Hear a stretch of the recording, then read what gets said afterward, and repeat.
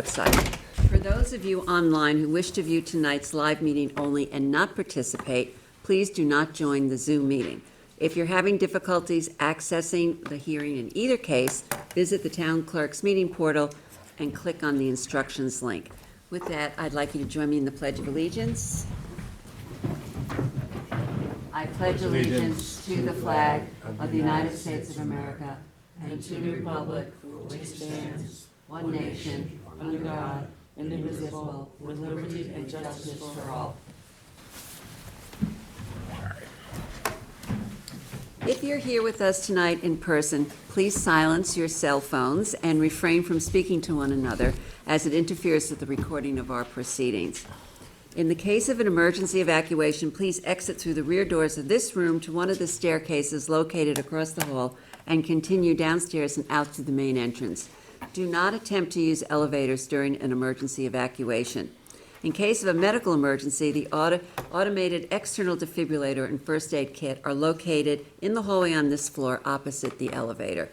Restrooms are located across the hall from this room. Tonight, board members John Rebhan and John Leonard are absent, and Mr.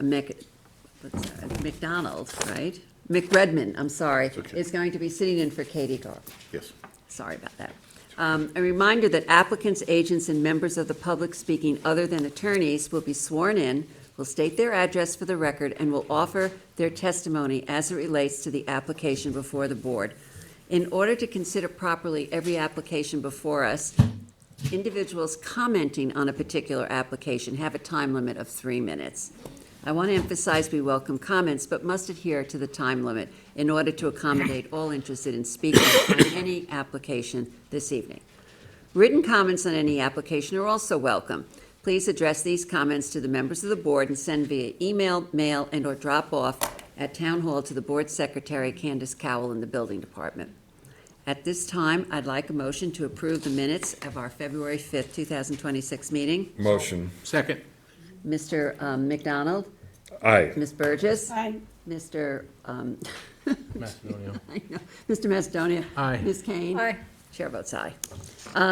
Bob, would you take us through the agenda for the meeting? Yes, I will. I make a motion to reopen the application of Francis E. Mulvey, Jr., 5 Percy Avenue, West Hampton, to accept written submissions. Second. Mr. Macedonia? Aye. Mr. McDonald? Aye. Ms. Burgess? Aye. Ms. Kane? Aye. Chair votes aye. I now make a motion to close with the decision to be rendered later on this evening. Second. Mr. Macedonia? Aye. Mr. McDonald? Aye. Ms. Burgess? Aye. Ms. Kane? Aye. Chair votes aye. I now make a motion to reopen the application of Francis E. Mulvey, Jr., 7 Percy Avenue, West Hampton, to accept written submissions. Motion. Second? Okay, I'm Mr. sorry, second. Macedonia? Yes. Aye. Mr. McDonald? Aye, yes. Ms. Burgess? Aye. Ms. Kane? Aye. Chair votes aye. I now make a motion to close with the decision to be rendered later this evening. Second. Mr. Macedonia? Aye. Mr. McDonald? Aye. Ms. Burgess? Aye. Ms. Kane? Aye. Chair votes aye. I now make a motion to reopen the application of Bart Caravella to accept written submissions. Second. Mr. Macedonia? Aye. Mr. McDonald? Aye. Ms. Burgess? Aye. Ms. Kane? Aye. Chair votes aye. I now make a motion to close with the decision to be rendered later this evening. Second. Mr. Macedonia? Aye. Mr. McDonald? Aye. Ms. Burgess? Aye. Chair votes aye. Ms. Kane? Aye. Chair votes aye. I make a motion to reopen the application of UNA Riverhead Realty LLC to accept written submissions. Second. Mr. Macedonia? Aye. Mr. McDonald? Aye. Ms. Burgess? Aye. Ms. Kane? Aye. Chair votes aye. And now make a motion to close with the decision to be rendered later this evening. Second. Mr. Macedonia? Aye. Mr. McDonald? Aye. Ms. Burgess? Aye. Ms. Kane? Aye. Chair votes aye. Case number 1? Okay. Read the whole? Okay, now we're on to the agenda. Tonight, case number 1, David Dunaway, 149 Big Fresh Pond, North Sea, Suffolk County Tax Map 994-3-26.2. Applicant requests relief from the following provisions of Town Code to legalize the conversion of a shed to an artist studio without the benefit of building permit. Section 330-6, general regulations that references 330-11, residence district table of dimensions, regulations for an accessory side yard setback from 10 feet to 2.7 feet, and accessory side yard setback from 10 feet to 1.2 feet for an attached deck. Section 330-76D, placement of accessory building structures and uses in all districts, and Section 330-83C, yards, to allow the artist studio and deck to remain within the required side yard for the principal building, and 330-84D, height pyramid law for a north sky plane encroachment of 165 cubic feet. In addition, applicant requests relief from the following provisions of Town Code to legalize a 10-by-10 shed constructed without the benefit of building permit. Section 330-11 for an accessory side yard setback from 10 feet to 6.9, and 2, Section 330-76D and 330-83C to allow the shed to remain within the required side yard of the principal building on a non-conforming lot, and any other relief necessary. And the board has jurisdiction. Is there anybody here? Here for hearing? number one. Yeah? Come on up. Are either of you attorneys? No. Let me swear you in. You swear to tell the truth, the whole truth, and nothing but the truth? I do. Okay, please individually state your name and address. Jennifer Corazzo Chela, 17 Island Creek Road, Southampton. Okay, Benjamin Chaliff, 17 Island Creek Road, Southampton.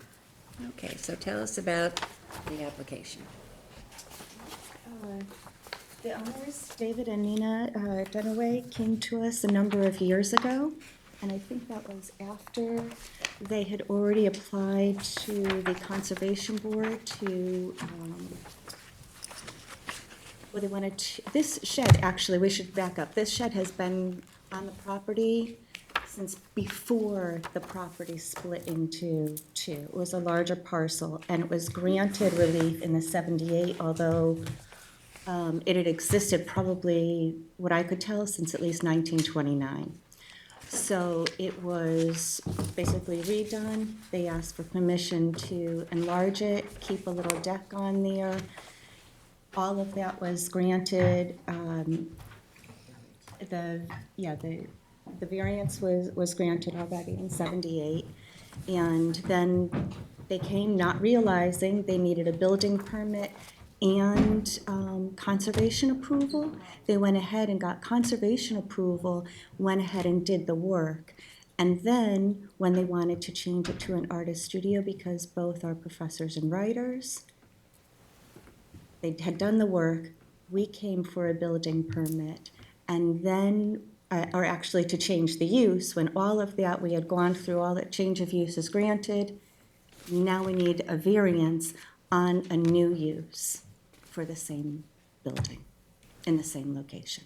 Area. Just to be clear, you started talking about a shed. Is that what is now Yes. the artist studio? Yes, So the shed is the artist studio? Okay, I just wanted to be Yes, sure the that the... original, yes, and I do have Thank you. some photos, if it would be helpful, let me see. So it didn't get a variance, it got a CO. Well, I got a See, variance in 1978, and I Okay, believe I let me see. did give you all of that, right, as a shed. Okay, yes, And I got a okay. variance as a shed. Is there like electric out to it and water? There is, yes, now there is. Yes, and they did convert recently to an IA system, and they had Yep. Conservation Board permit Oh, there's and a bathroom everything in for there, that. Yes, and So it even is in, connected to a proper upgraded IA system. right, and Teresa Mason, I have an email when we began this again in 2022. The studio was shown on the survey. We approved the certificate of wetlands compliance, and no additional approvals are required from our office. I made copies if you need any. Okay, with, you have to give them to Candace to be stamped in, and then we can pass them out. All right. Just to be sure that I'm understanding you. Yeah. You have all the, for what you're showing on this map, you have satisfied the Conservation Board for all approvals, and things shown as limit of clearing are commonly covered in a conservation easement or something like that. Right. That requirement is also in the permit and settled. And that Okay. was all Right. previously completed, yeah. Let me see, I think these- And the setback is because, the very small setback on the property line is because it was previously a variance on that. And so Yes, now but it's a the only thing- small setback. It was setback from a new, so this, all these structures existed, and then the owner split the property, so subdivided the property.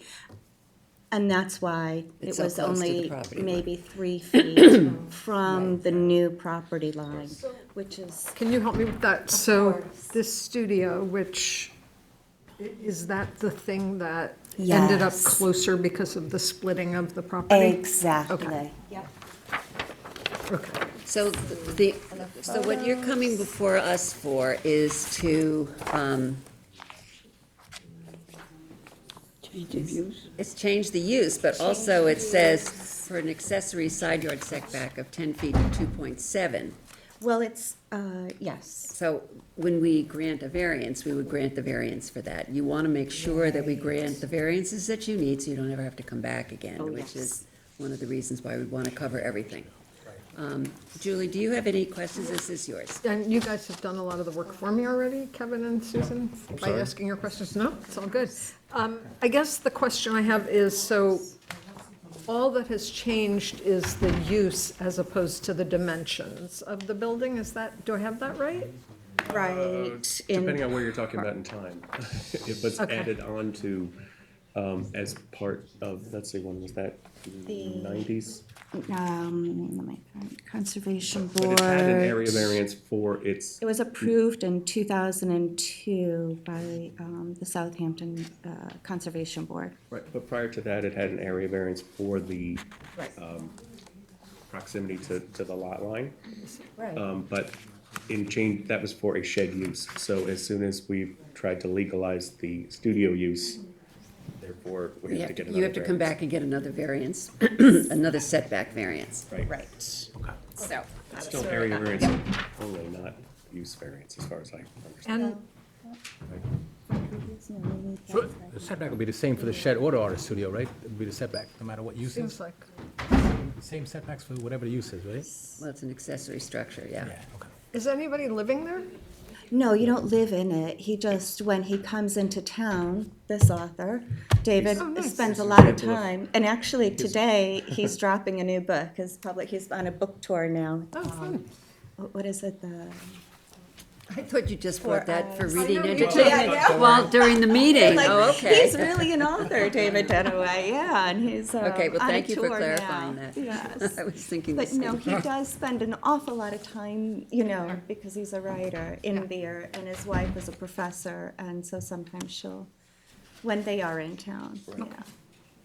Okay, so what you're basically saying is, you've changed the use, so you still need to come back here for the setback variances, and it's still in the side yard, which is another variance you require, and there is a sky plane encroachment, pyramid encroachment of 165 cubic feet. So those seem to be the three, is that the three issues that we're really dealing with? Yeah, it's the And- use, the And setback, to, and what's the last I one? think it's for the, there's a separate shed, A like shed. utility shed also that's. There's a that's 10 by close. 10 right next to it, and is that new? It was It says no. constructed without the benefit of a building permit, so it's never been granted a building permit. Right, but for Like less than all 120 build, I mean, except for square the feet, you original. don't need a permit, you just need the owner's affidavit for a shed, but it's less than the 10 feet. Okay, but whatever, I mean, we're still gonna grant it a setback, if we What's- have to grant a I'm setback. thinking that that shed is completely different from this, what was a shed, and that's the artist studio, it's This is this was the, and it's Frame shed? Right. frame shed, that is Can we agree, the studio is the studio, studio and studio. the shed is the 10 by 10 Right. structure that a person puts stools in? There you go. Okay. Yeah, absolutely. Okay. Okay, Studio. Correct. I mean, I am interested in knowing, and I guess Susan always asks, if you've heard anything from neighbors who may have concerns about any of this. okay, and we will Can I ask, see the shed picture, please? Yeah, these, I don't and know we'll when they ask were. if, is there any more dated comments from the board? That's this before it became the studio, that's what's confusing, is that it was a Yeah, shed. because it was just so that converted old, to it's studio, all right? So, I don't know if we have a picture of the existing. Is this the studio shed now? Proper, yes, this Yeah. is. So the pink is the studio, which looked a little bit like the shed, okay. Massively confusing, and it's, It is, it's not Okay. easy. All right, it going has on- been a long We're going on 6 road years to of get this, here, so, yeah. yes. So this is not the 10 by 10 shed? This No, is, that's this the- is, that's this the is what artist became the studio. studio. Got it. Exactly. Okay. Right. Yep, Okay, good. that's great. Any other comments from the board? Well, just a simple one on the question of the shed. Is there any way it can be moved to a more conforming location, if at all possible? And I mean the tool shed, not the, No, I know what you mean, but as you can see, it's very really tight cramped. already between these buildings. I mean, I suppose they could go through the trouble of moving it a matter of inches, but I mean, I don't know. I if don't they know could- what it's made of. That's why I asked for a picture. Is it a metal shed? Is it a wood frame It's a shed? wood frame, and I don't have. Generic picture of it. It was like a purchased. Oh, no, it'll be in there, honey. That's the application. Let me see.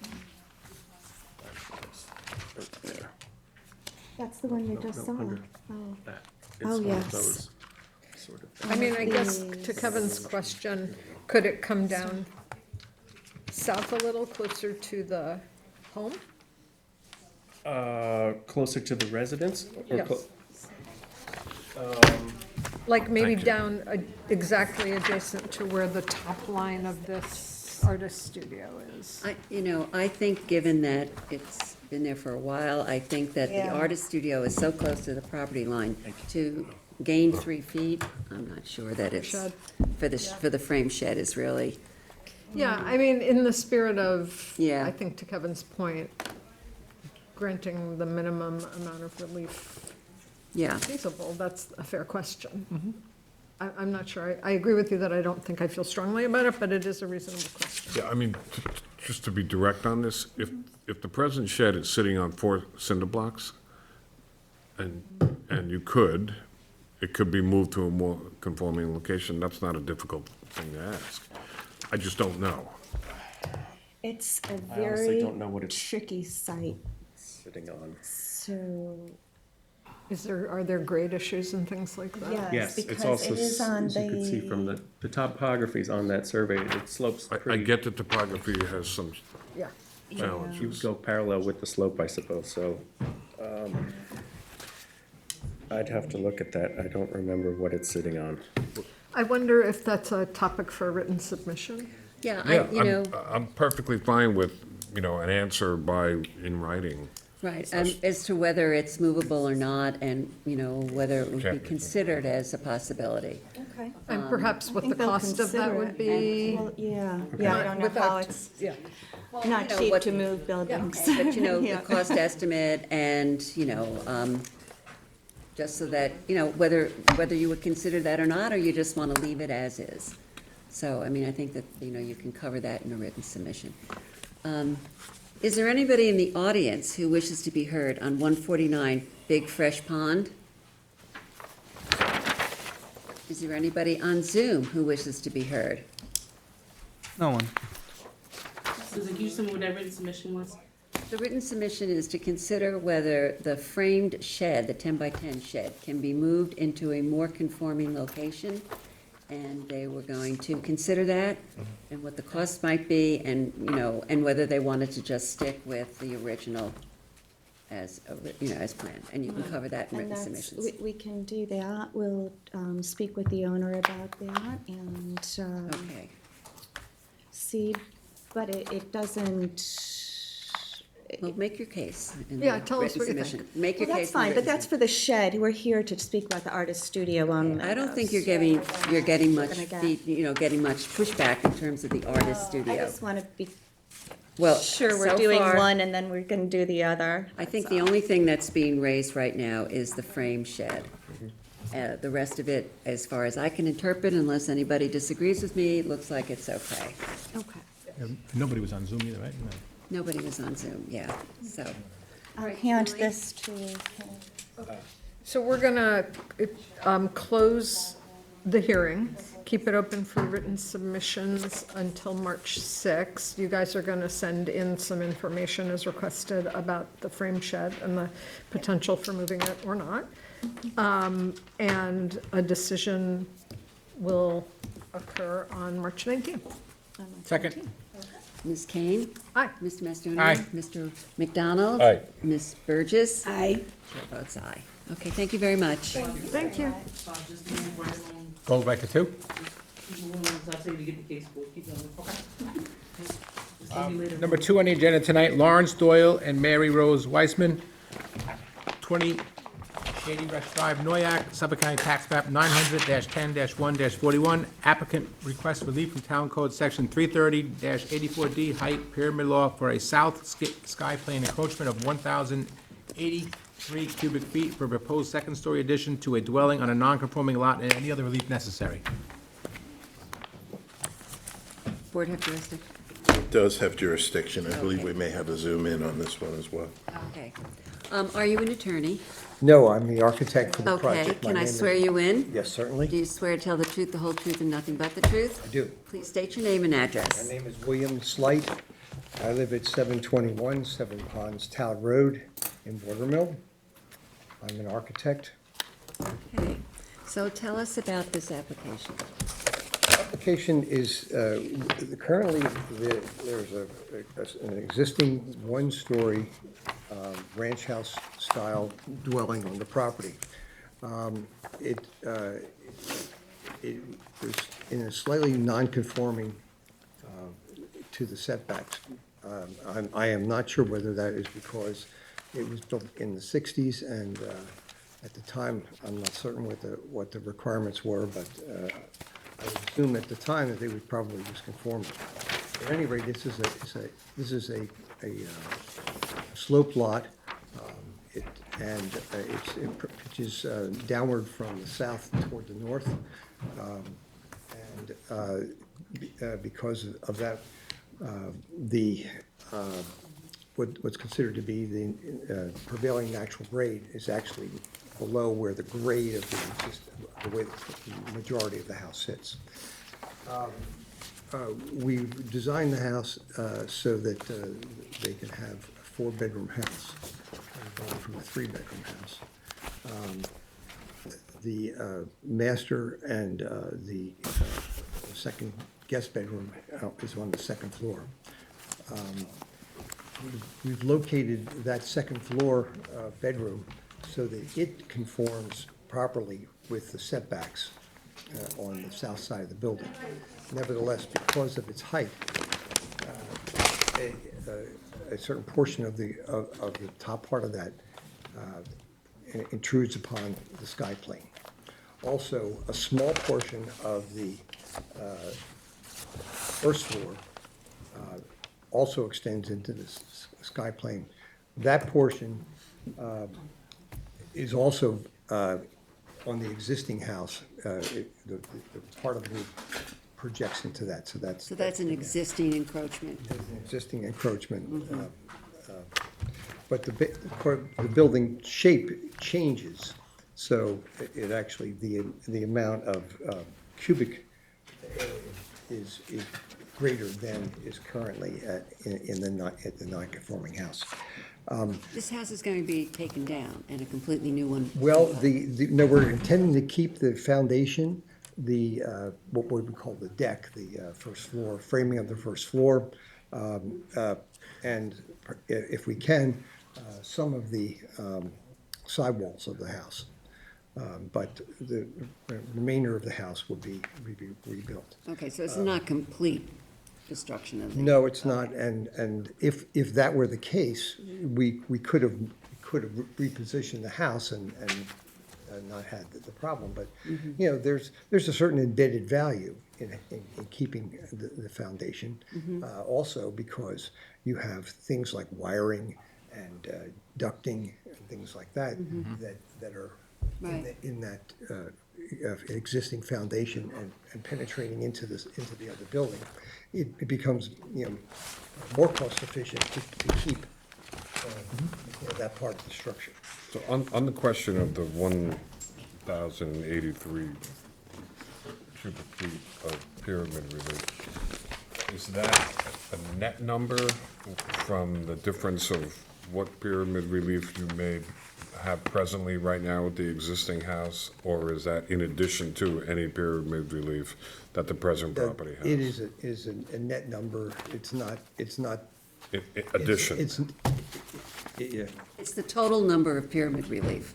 yes. Is that correct? It's not like 1,000 plus the original pyramid relief.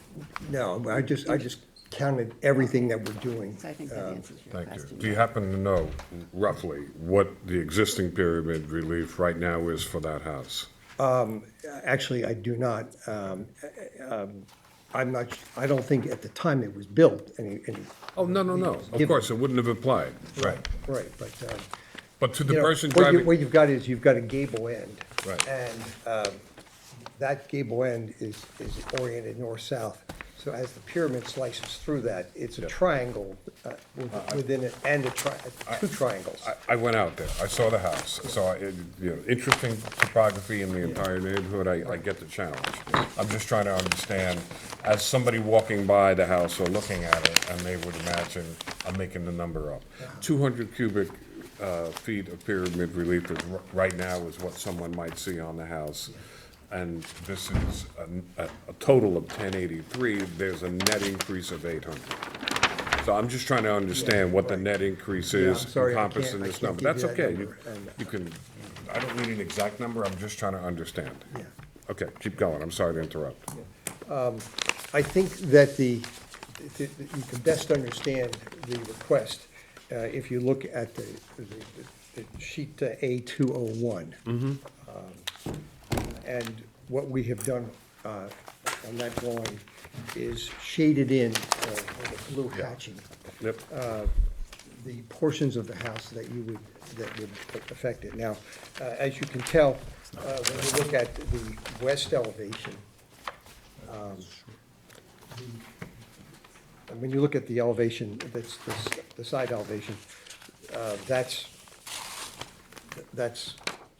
looks like a lot, but it's really just portions. It's the shaded area of the vertical surfaces. So the story is better told if you're looking at the front elevation of the house. And the numbers, if you need it for reference, are on that drawing Yep. in a small box about the middle of the page on the right side of the page.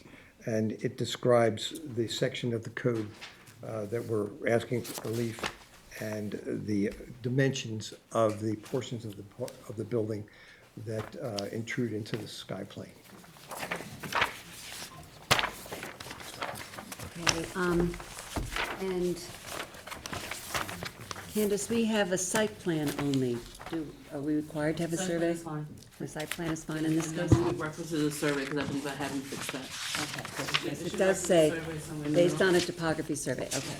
Just wanted to confirm that. And it also deals with setbacks, because of the, the single and separate. You get the benefit of that, and the rear yard coverage, everything else seems to be in order. That's correct. Let me Did just you take, say that you don't have a survey? we have the site plan only, and it references a survey, but we don't have the We survey. had, I believe that we had included the survey in our It package. was not in my packet. So, the board's gonna use the site plan, that's the survey that you referenced, which we required for him to give us a copy of, but you can reference that site plan in your decision. Okay. So that survey doesn't have to be updated. Okay, we didn't receive it. We did get the site plan, which references, so, okay, so that's the, let me just see, I had some other questions. 8-foot ceilings, On the first floor, it's going to be 9-foot ceiling. and the second floor is 8? Okay, 9 first, and second is 8, okay. And non-conforming because of the width of the property. Okay. Okay. Does anybody else on the board have any questions about this? Helen, anybody? Is there anyone in the audience who wishes to be heard on 20 Shady Rest Drive? Yes. Could I have my attorney unmuted? Oh, is he on Zoom? Yeah, Yeah. Well, come up, or, yes, where do you want to be? Okay. you All can right. go to the podium You or can go to the sit. podium, we can sit. Which would you I'll prefer? sit. Okay. My attorney said he would speak for me, but he asked me to drop off pictures with Mark. Well, let me swear you in. Oh, I'm sorry. You swear to tell the truth, the whole truth, and nothing but the truth? Yes. Please state your name and address. Mark Generich, 2327 Noyak Road. I live directly behind. Okay. the So buildings. where on the site plan would you be? You would be, If you look at the rear view, that's my new Rear? view. this is That's what you, you look at. you look Yeah. at, you look at their rear. The pool, et cetera. Okay. Right. Okay. So everything would be perfectly clear all the way over. I look right now, the elevations, it does slope downwards towards the south side. I am on the south side of him. Okay. So when I look up, if I stand on my ground level, I'm looking at probably a foot below his, I don't know where the pool's gonna be. I had no elevations on this. We even called this surveyor and found out that the survey was done 3 years ago, and there's an awful lot of stuff missing off of the survey that the design was on that I was handed. Now, my attorney has all that information now. Okay. All right, if you'd like him to speak. Oh, yeah, definitely. You're an attorney, so I don't need to swear you in, but you need to state your name and address. Are you there? Yeah, I'm here. Can you hear me? Yes, Yes. Yeah, my name is Dennis Downs, 49 Crescent Street, Sag Harbor, New York. The main concern is they built a retaining wall, which on the survey shows as a proposed retaining wall. It's an actual wall that's been built. It's 6 inches from the boundary line, and it's 6 foot tall.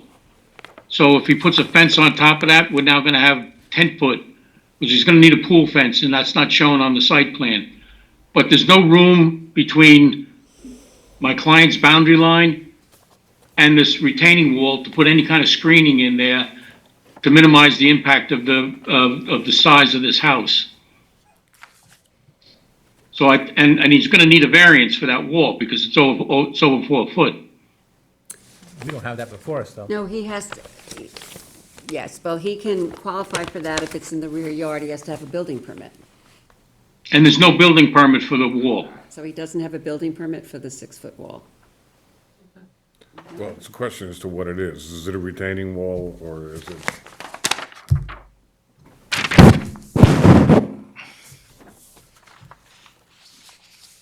It's 6 by 6 railroad 6 ties, foot tall. stacked on, one That's just stacked upon the top picture. I other. couldn't get the whole thing in the picture, the wall's too big. And in my practice, we normally provide an engineering report to show that, how the walls are to be built. It's his and mine, and he's 1 inch Yeah, off both of of them that. talking at the same time. What's All right, behind? so wait a 5 second. Why inches don't you off the just other one, clarify for everybody so they could hear what you were just telling Mr. McDonald? Something about 1 inch? Just describe what these are. There's it's a picture of the cornerstone of the property. That's what the survey is based on. On the prints that I got, it showed that that wall was proposed and it was much further in on the yard. Okay. I took a picture of the wall that's currently built. It was built over the summer. It's not been backfilled, Cornerstone on the property. but it's built. What's on the other side of the retaining wall? Nothing right now. It's just a hole on the other side. He was gonna So backfill it's it. not backfilled yet. It's not backfilled, no. The corners. It's been done for, well, since maybe August. He finished it in about August. This is really a code enforcement issue, not us. Somebody could represent that as a 6-foot fence, theoretically. It's a wall. You understand what I'm I saying? can see through a fence. This is a wall. Okay. Not only that, if you're gonna put a fence up and he's had past building experience, he's gonna put up a 10-foot fence probably, keep the deer out of his vegetation. So now I've got, He's not gonna put a 10-foot I know, but fence. the He's problem- not allowed. The problem is, we can't speculate what he's gonna do, and this is not before us. This is a code enforcement issue. We can't speculate Right. on anything, so we have to deal with the application that's before us, and that's it. So that's a code enforcement issue. He's gonna have to get building permits for it. They will go out and inspect. Let me just stop you right there with just one simple question. He's got right now a 6-foot wall in an area that's a proposed 4-foot. Is he gonna go up 4 more feet? But that's not before us. He would have to get a variance, which we wouldn't grant. So he has to go to the building department and code enforcement in order to, and you can bring this to the attention of the building department and the code enforcement and see what they do. Have you tried that, sir? I'm sorry? Have you tried going to code enforcement by any chance? No. Just out of curiosity? No, this Okay. all just came about. I only got this The in only the thing mail the before us other then day. is the sky plane encroachment, which is just Right. the corner of the house where it's outside of the sky. I plane. understand, on the west side. That's all we have before us. Given that there's been such discussion, I would like for the applicant to submit the survey as well, and not just have it on the site plan. I'd like to get the You can- survey you can as request part that of the from written submissions. You request, it's not required, but you can request it from us, up Yeah, to you. I would like a copy, for the record, so we can cover it a little bit more. Yes, And I would, I believe it was in the documents that Well, we. unfortunately, we didn't get it, so, I asked the surveyor, I called the surveyor, Dennis actually called the surveyor and spoke with him, and he said that the We survey did was get a done survey 3 years compiled. ago. It may not be the same as the site plan, so he would have to get the survey done. And I think that's what we allow site plans, because the architect technically can give us that for our record.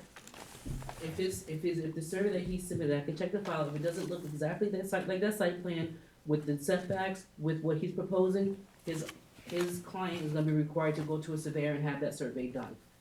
And that's why we allow architects, we can accept their site plan for the proposal. as long as it jives As long as with, it as long as it references a correct survey. His meets and bounds on his site plan. If you look on on my drawing S1, which is the site plan that Right, I'm right. referring to, Right. on the lower right-hand corner, there's a note that references the survey. Right, right. And, So we need to make sure that the survey jives exactly with what the right, site and plan. when we do the surveys, we obtained the CAD file from the surveyor and made our drawing based upon that.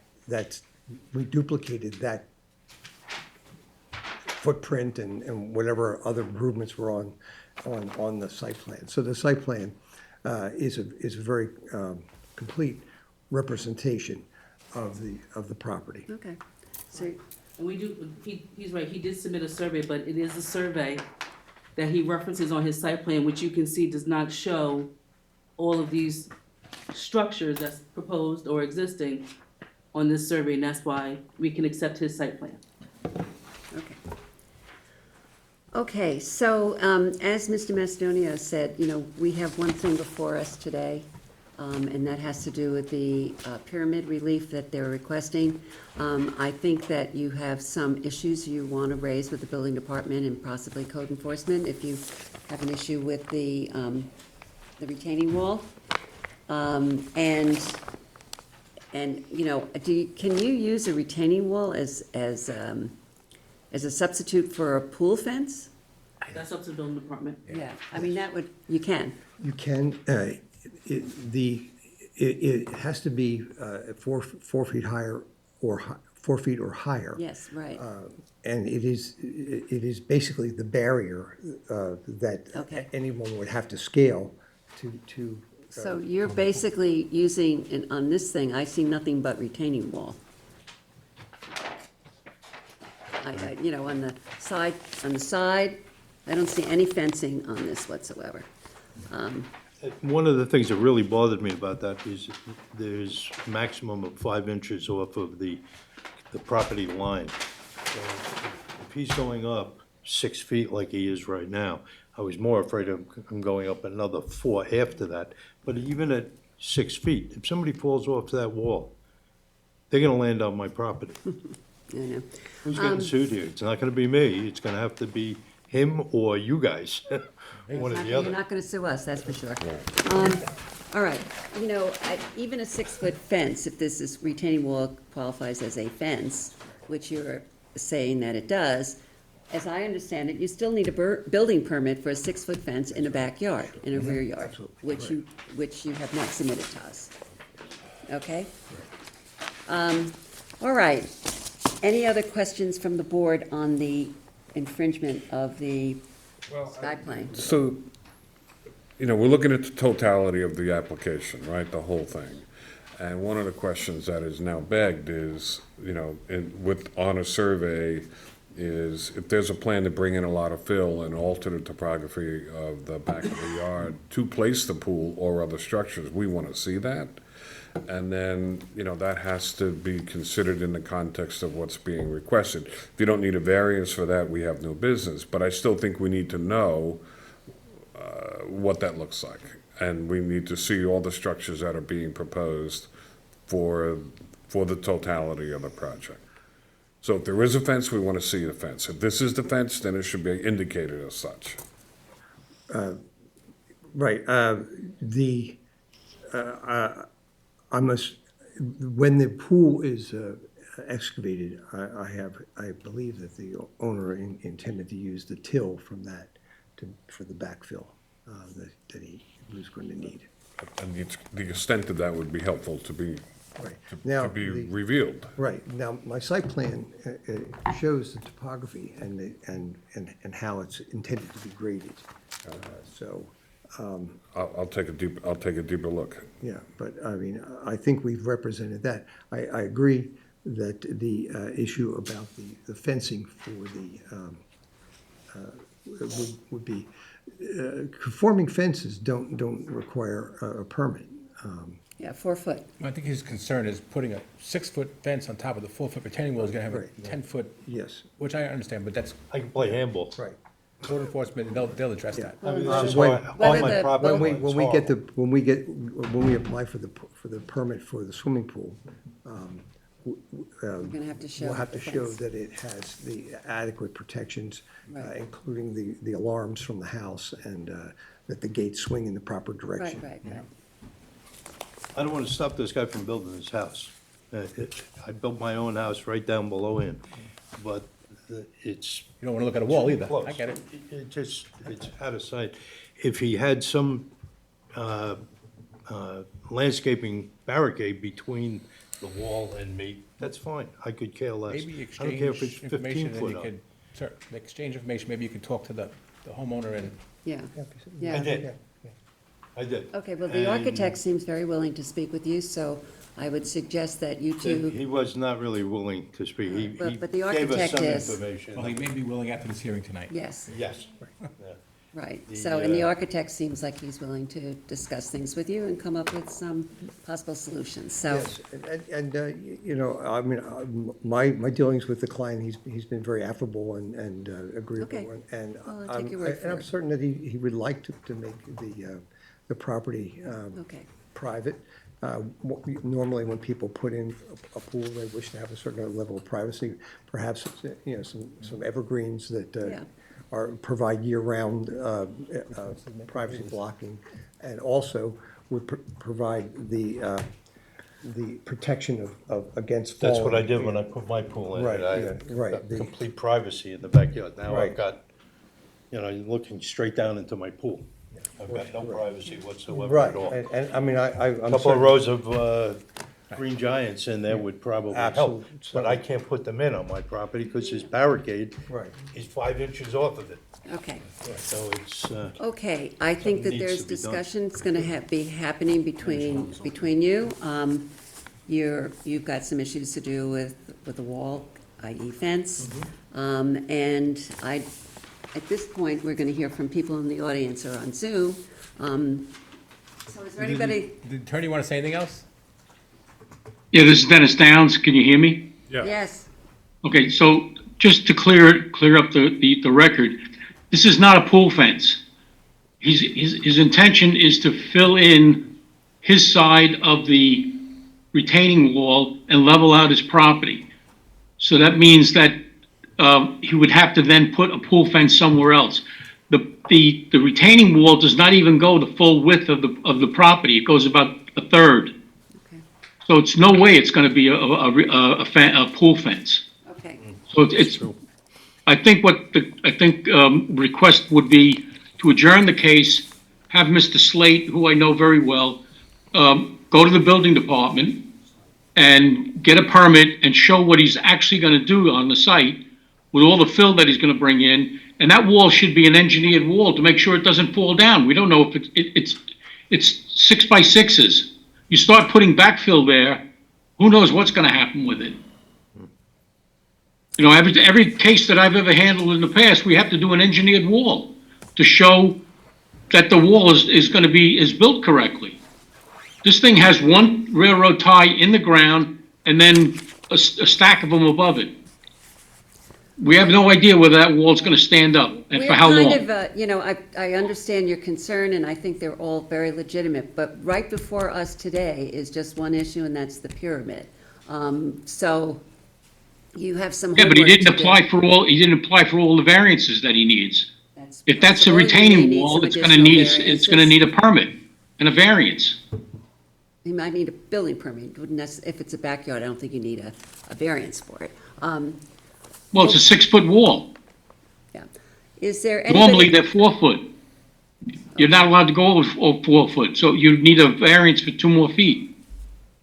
And it's already built. I mean, It's already- what they showed you on the survey is not what's there today. Okay, If you walk that site, you're gonna see that there's a retaining wall right on the boundary line. And that's the site plan that was prepared by the surveyor shows a proposed wall at least 2.5 feet to 3 feet upward of the boundary line.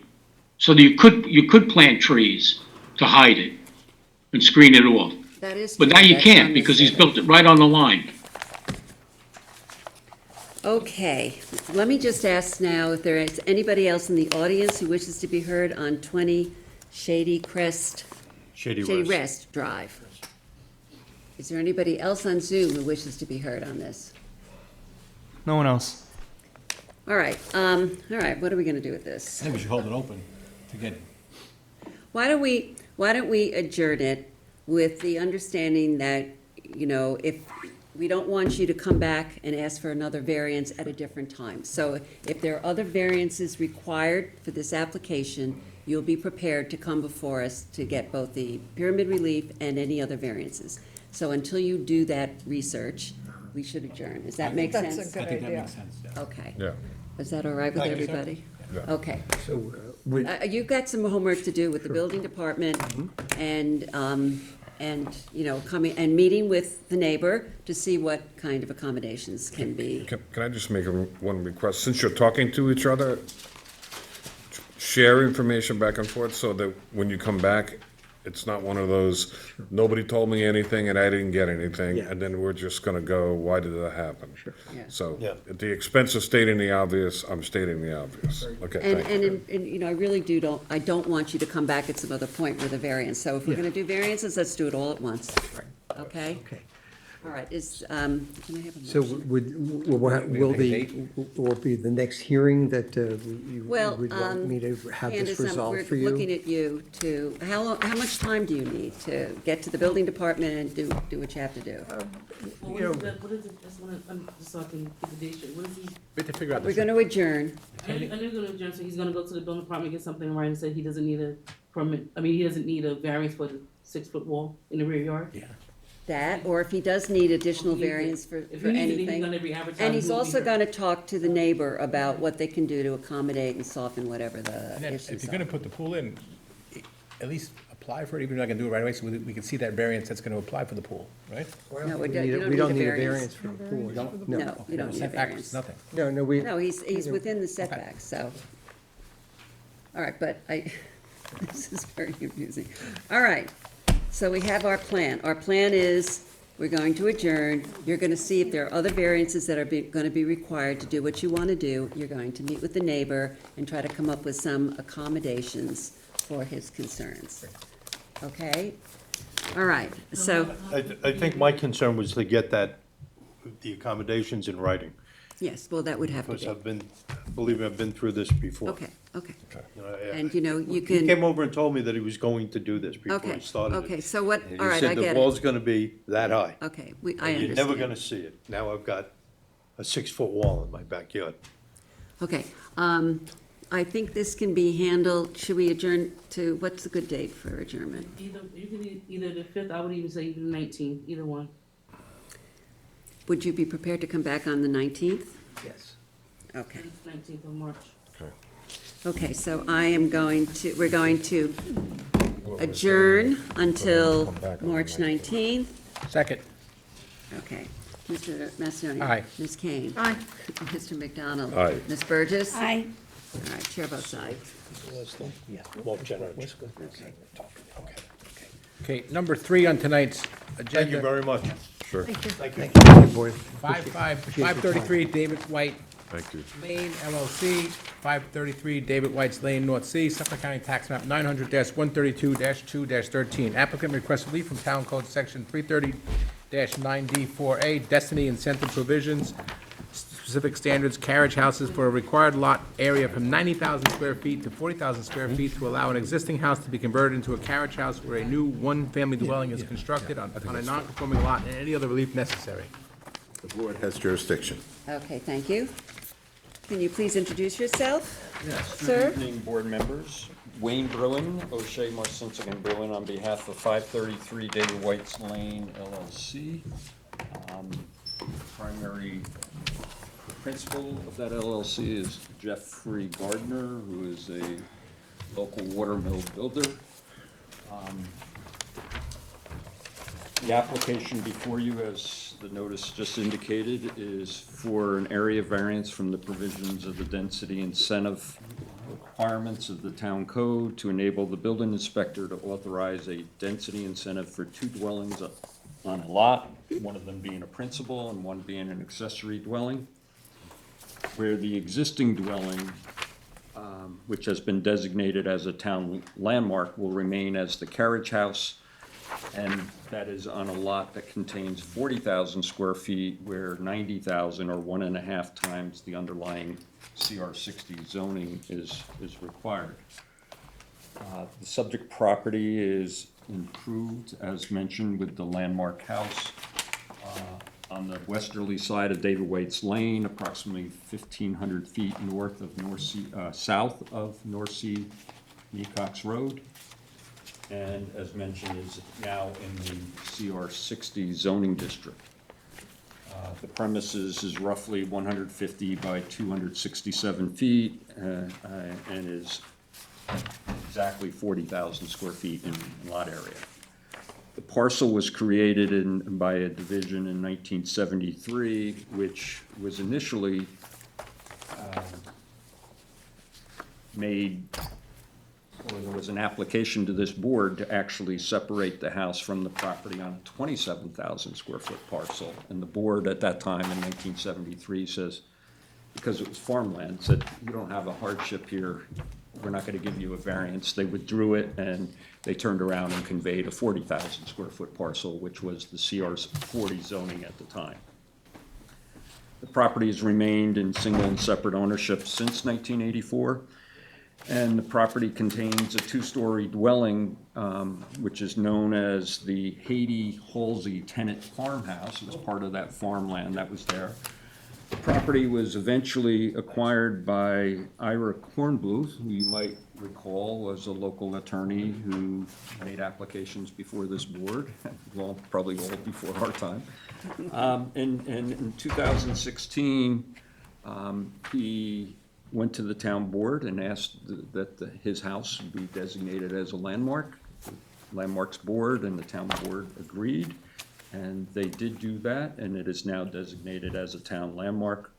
And we provided you a copy of the recorded resolution of the town board in the record that when the town board did that. The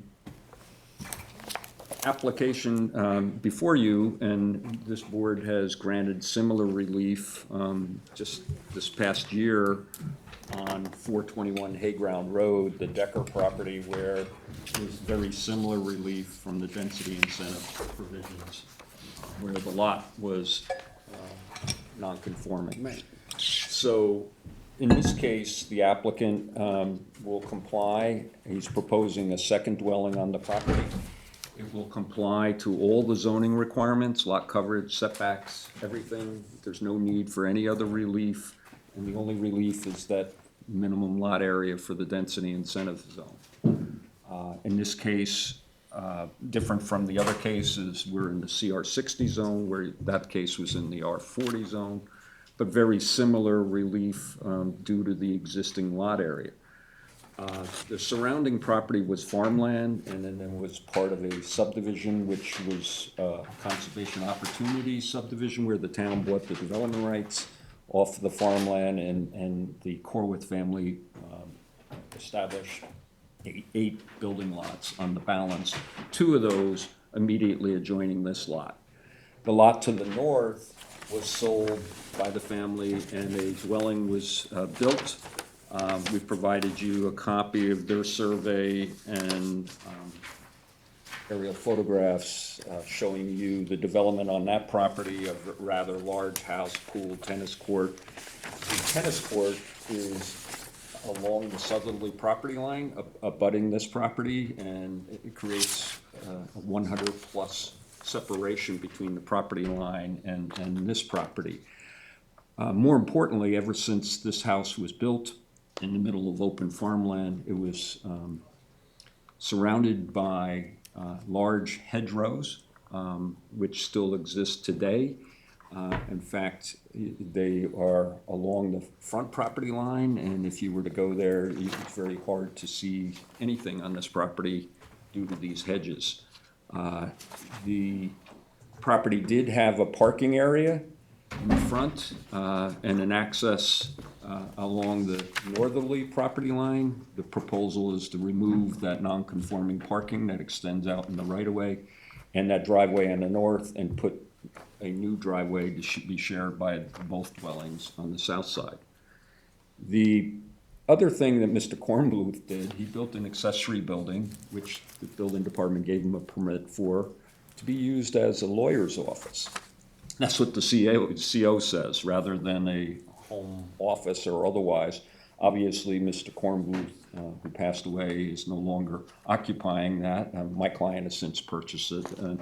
That structure is not part of the historic landmarking, and that will be removed. And any question, I think there was some usage that somebody questioned in the record whether that was a second dwelling or not, and it's not. It was always just an lawyer's office. We provided a lot of information about the character of the area. Everything is preserved farmland across the street and behind, and the only 2 lots are the 2 I mentioned. The property to the south was in the Corwith family until actually a month ago, January. It was sold to for real construction of a new home.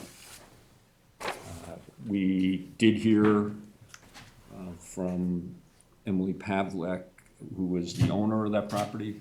She's a Corwith family member, and she called us to say that she had sold the property, didn't express any objections. We didn't hear from anybody else. She's not the new owner, she sold it. She sold it, yeah. Okay. So, Okay. But we, our client was reaching out to who they believed the new owner to see if they had any concerns, and they were. Did you hear from the owner to the north? No, Okay. unless they're here tonight. So. Okay. Our architect is on Okay. Zoom if you have any questions particular about the new house. One of the other things, if you did go to the property, our client, the house was not in great shape. He's undertaken to do restoration and actually went to the Landmarks Board with a series of things such as new windows, siding, and the like. The Landmarks Board did approve it. At that time, they did present this application. The Landmarks Board did not have any comments to offer at this time. They actually said it was not in their jurisdiction to look at a new house. So, if you have any questions about the only difference between this and your hay ground was the hay ground hadn't been designated a landmark yet. So This is already a landmark, so you wouldn't have to condition it. Okay, Kevin, this is yours. Do you want to Yeah. start us off? So I did go by a few times, and we have seen similar requests as you've outlined correctly before. And I would say the only thing that struck me, and that's different, I think, is the way you approach the drive from Montauk Highway on David's White Lane north is the height of this building against the hedges is pretty profound. It's a single house. The shingles are being redone, you know. And I know the structure's pretty close to the David White's Lane, but The existing structure. yeah, the existing structure. And I'm just trying to grapple with, there's sort of a lot going on here. I mean, I take your point entirely that the second dwelling that's proposed is conforming. And the hedges, while against the street, if you're running or walking a dog, you don't see much inside. But there's no trees around on the property that would buffer any of the sides of the main structure as you come up. And I don't know what your planting scheme is intended to be, but it's just, I have two ideas. One was, did you give any consideration to whether the structure, as you're calling it, the carriage house, should stay in its present location? Did you consider whether it could be moved, if that's feasible? I think And they to initially- a better location that might work for the whole property better, as well as the impact to what someone sees as they come down.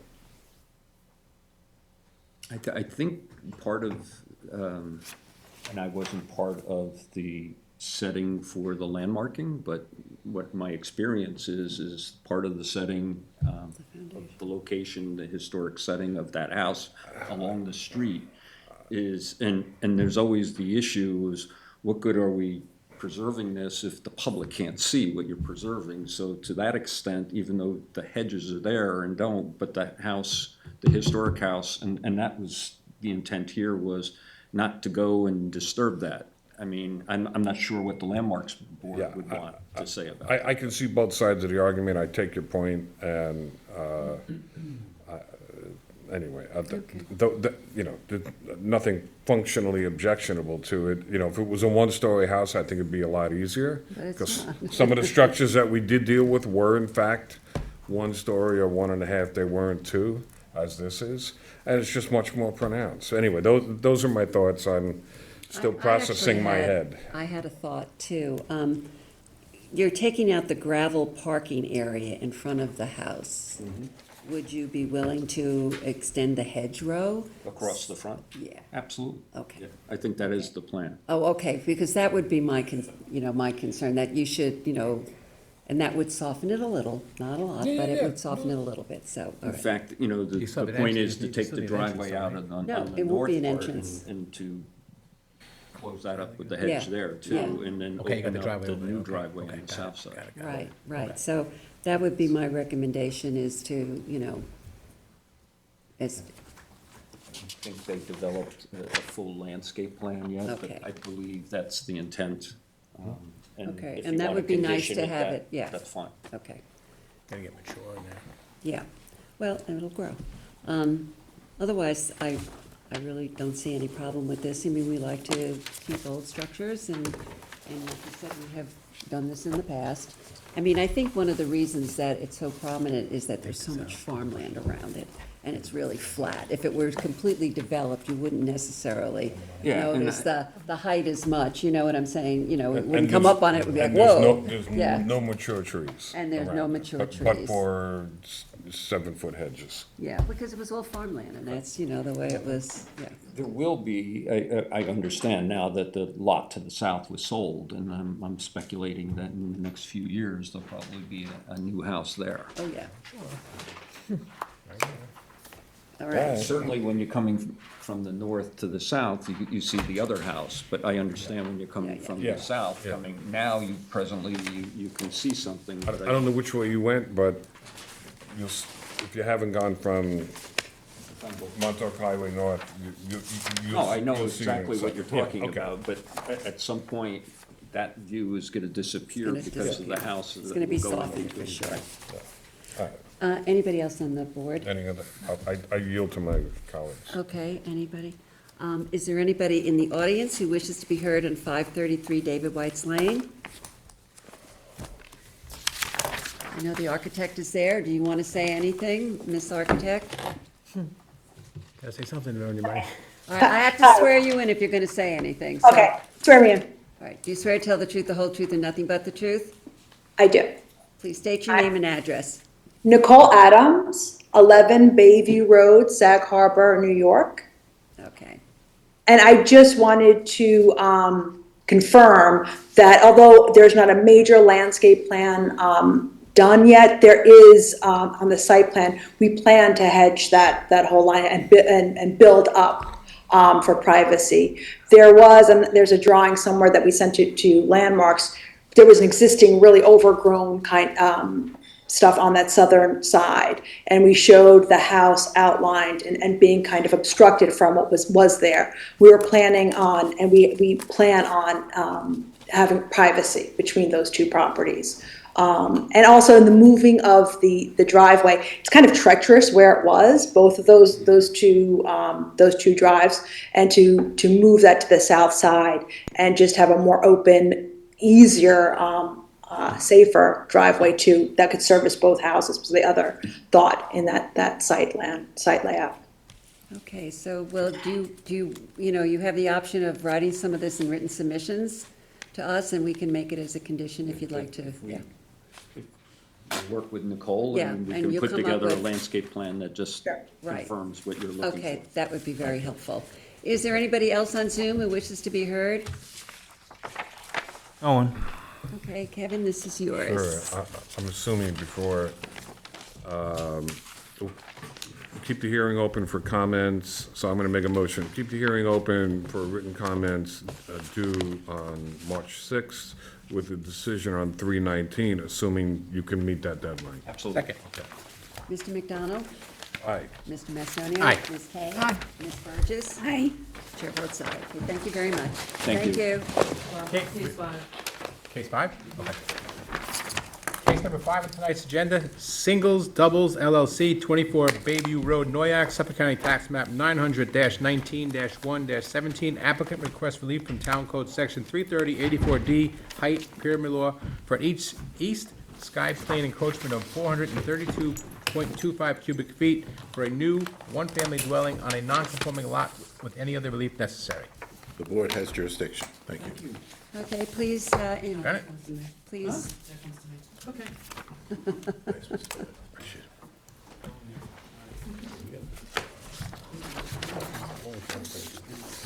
John, do you want to introduce yourself? I will. My name is John Bennett. I'm a lawyer at the firm of Bennett and Reed, 212 Mineral Lane, Southampton, New York. And I'm sorry, Candace, I always forget the order. I want a copy for everybody. Should I give them to? Candace. She gets everything, she stamps it in. Are they all the same?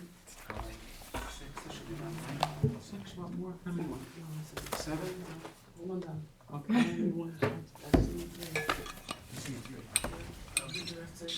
Give the rest to Helen, this is Helen. Martine, hold on. And then she's gonna pass them down. Thanks. This wasn't enough. This wasn't enough.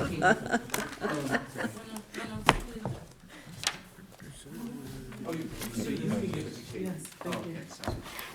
This is a case that I think is so de minimis that it's too bad there isn't some sort of administrative way to look at these things, but, you have to keep control over it, so I understand why I'm here.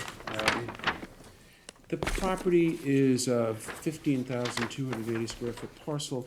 It's located in an R15 district, so it conforms, but it's not conforming with respect to lot width. but it does have a 1970 determination from this board determining it's single and separate, so we get to use the 4/10. Our submission package included the board's prior determination.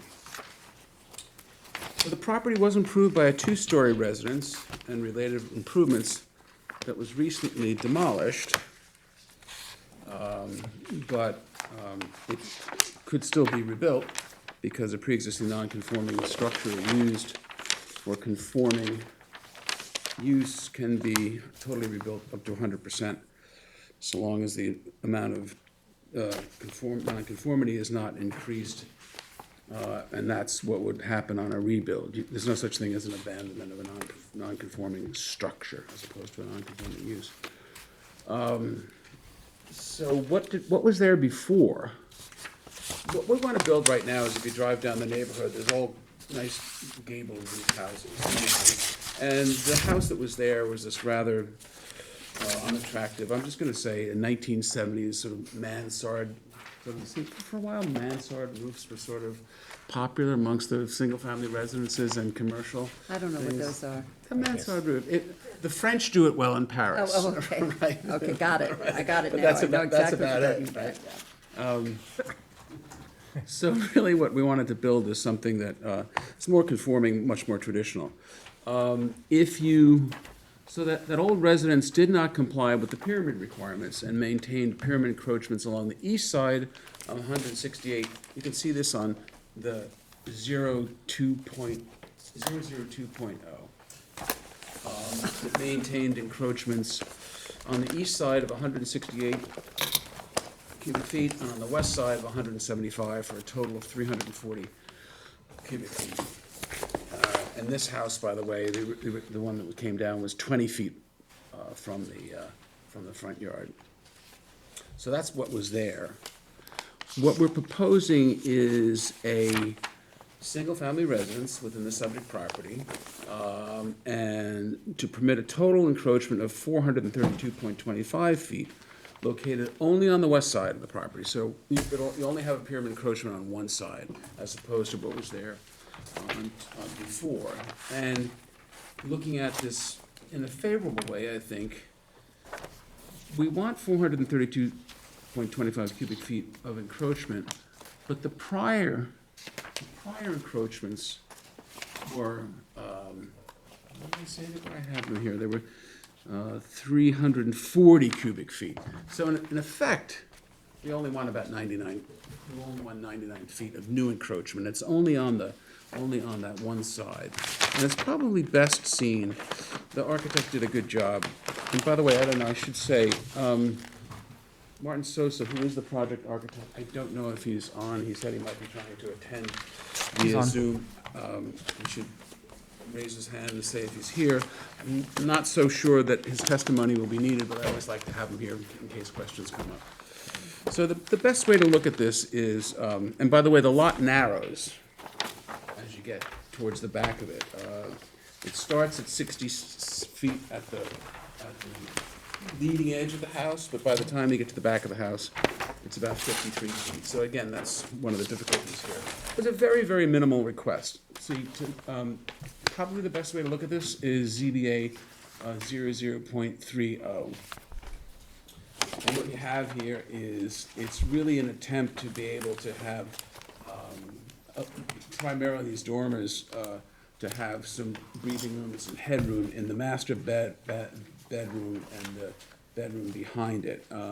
Very, very, very narrow touch. And by the way, it's not piggish in terms of the ceiling heights. It's 8.5 on the I was gonna first ask, floor what are and they? 8 on the second floor. So it's not like, 7, like 8? somebody, 12 and 10. It's not like, I think it's 8, 6, and 7, 8, right? well, Yeah, okay. close I enough looked for Janice, but it's not, it's not somebody coming in and saying, I want 12-foot ceilings, give me some pyramid relief. So that I think that's all very good, and it's very, very minimal. So it's a pleasing gable design roof, and that's how we get there. So what and again, the proposed house is going to be 40 feet back, where the new one is only 20. I think all in all, you're coming to a much more conformity in exchange for this very, very minimal pyramid relief.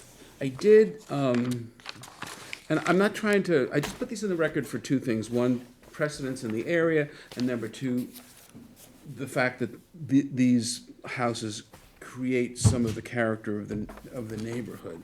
And again, I know one time John got annoyed at me because he felt like I was pushing this stuff in at the night of the hearing. It's hard to get this stuff ready, and set in time and submit it with the application, because the clients are pressuring you to get the application in. Okay. That's all. So I'm not trying to sandbag anybody with this, but it actually gives me the opportunity to go through them, and the best way you can do that, and I'll be quick, is the aerial. So, really quickly, there's an application of Angela's Feast, and the photo, nice thing about this is Barry Larkin, my associate, put together not only the variance applications, but the photographs. So you can see that what we're trying to do is a gable roof, a nice traditional looking roof. Angela's Feast at 27 Bayview Road, thank you, which is B on the aerial. No, 27, A on the aerial, just to the northwest. Permitted encroachment of 1,155 cubic feet for construction of a two-story residence. That's more than double what we're asking for now. Here, property B, which is the abutting property to the east, 22 Bay. That was a pyramid variance. There was already a pyramid encroachment of 2,000 cubic feet, and the second story added an additional 1,762, the total encroachment of 3,771. The board granted that. So the adjacent parcel is 40 feet in width.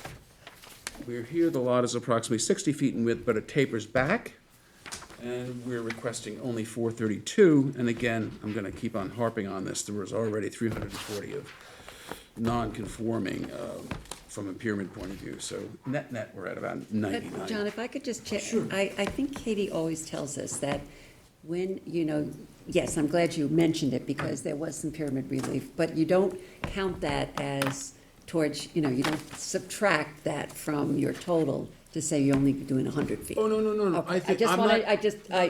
I'm just want to make sure that we're on the same level on that. I'm not arguing with the notice. I'm just saying amongst the factors, it's one of the things. Yes, that it also, it already, okay, That's all. as long as we agree on that. No, I don't disagree Okay. with that. I don't Okay, disagree good. with that. It's a factor. Okay. I think it's a very helpful factor, but No, I it's helpful, understand. for sure. The notice was correct. I'm not saying that Okay. it should have been. And then you have property C, which was 75 feet wide.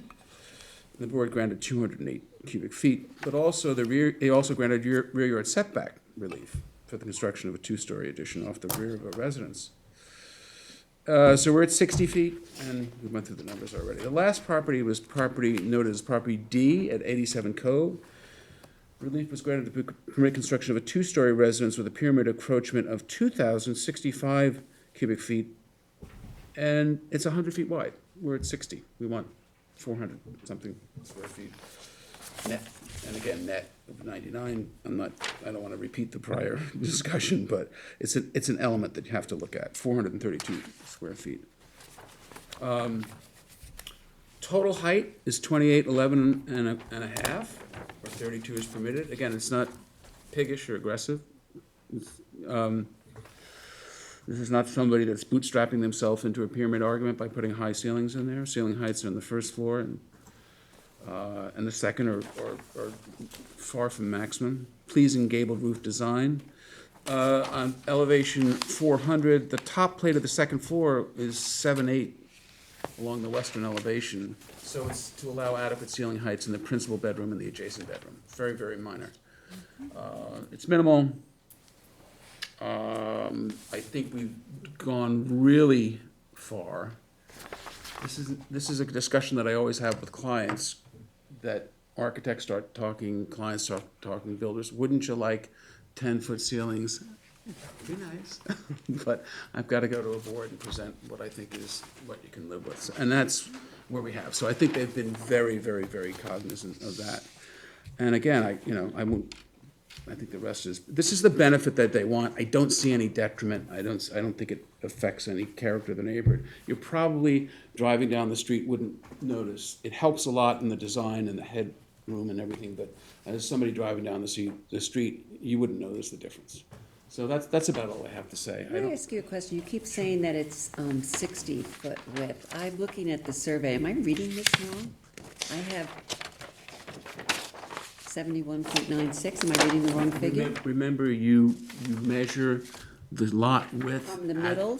No. You measure the lot width from Okay. the front edge of the house. Okay, and where is that noted on the survey? It's not, It's not. I Okay, scaled it. I scaled it.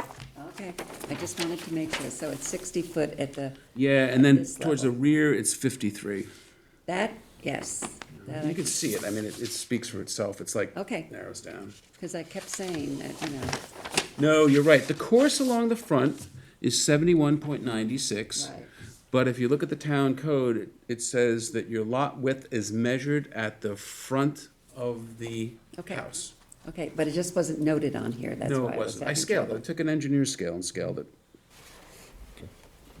Okay, which is pretty good. okay. I mean, it's pretty good. Engineer's scale. I use them all. Everybody uses them in the trade. If you want, I could. I just want to get If you want to leave it clarification. open, and I can, if we're written, and I can have the surveyor put the, okay. Not I necessary. think it's pretty minimal. I think they worked hard to get the design that asked just for what they need to live there. Okay, I don't have anything else. okay, that's a good presentation, John. Anybody else on the board who wishes to be heard on this?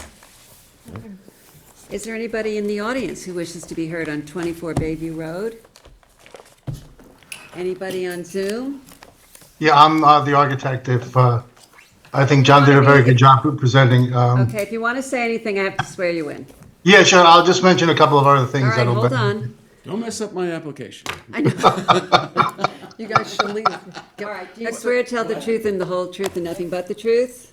Yes, I do. Please state your name and address. Yeah, my name is Martin Sosa. I live on 21 Squaw Road in East Hampton.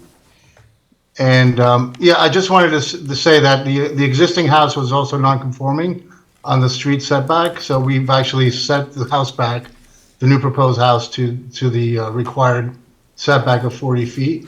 And, you know, we're also fighting with a very high water table. So making the house any lower was not an option for us. So this is kind of meets, this design kind of met all the requirements with a minimal impact on you know, zoning relief. And that's it. Thank you, Martin. Okay, thank you very much. All right, this is mine. So we're going to close the public hearing. We're going to keep it open for written comments until March 6th, with a decision on March 19th. Thanks. Is there a second? Second. Ms. Kane? Aye. Mr. Macedonia? Aye. Mr. McDonald? Aye. Ms. Burgess? Aye. Chair votes aye. Okay, thank you, John. Have a nice night. Can't you still skip it 4? Okay, thank you all. Thank you, John. Thank you. He didn't have an affidavit approved. We're just gonna, Waiting to somebody virtually. Okay, number 6 on tonight's agenda, we have Doris F. Lucero Nunez, 101 Springville Road, Hampton Bays, New York, Suffolk County Tax Map 900-260-7-20. Applicant requests relief from the following provisions of Town Code to legalize an accessory apartment constructed without the benefit of a building permit on a non-conforming lot. Section 330-11-2F, special standards to allow accessory apartment to be located on a lot that is 21,334 square feet, where a minimum of 30,000 square feet is required. Section 330-11-2G1, minimum and maximum sizes to allow an accessory apartment to be 1,130.96 square feet, where a maximum of 1,000 square feet is permitted, and to allow the total floor area, habitable living space for an accessory apartment to be 81.98% of the total floor area, habitable living space of the main house, where a maximum of 35% is permitted, and any other relief necessary. And board has jurisdiction. Got it. Are both of you lawyers? Okay. Do you swear to tell the truth, the whole truth, and nothing but the truth? Please state your name and address. Emily Gunsel of JM2 Architecture. We're located at 2410 North Ocean Avenue in Farmingville. Okay.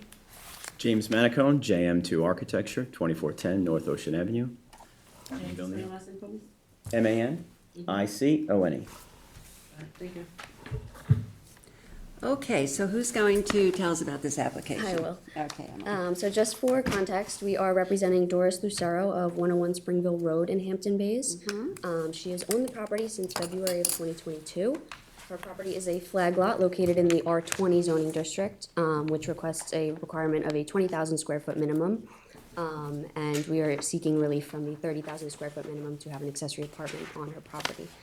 Her current property lot is, 21,334 square feet, which obviously meets the district requirements, but not those for the apartment itself. Therefore, we are seeking the 29% area variance for the undersized lot. I do have just some additional material that I would like to hand out. Candace, how many copies do you need? I need 3.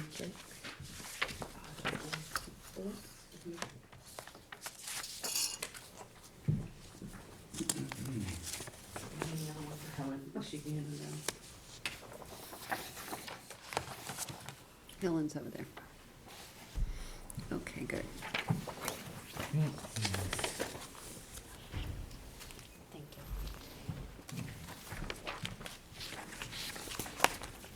you.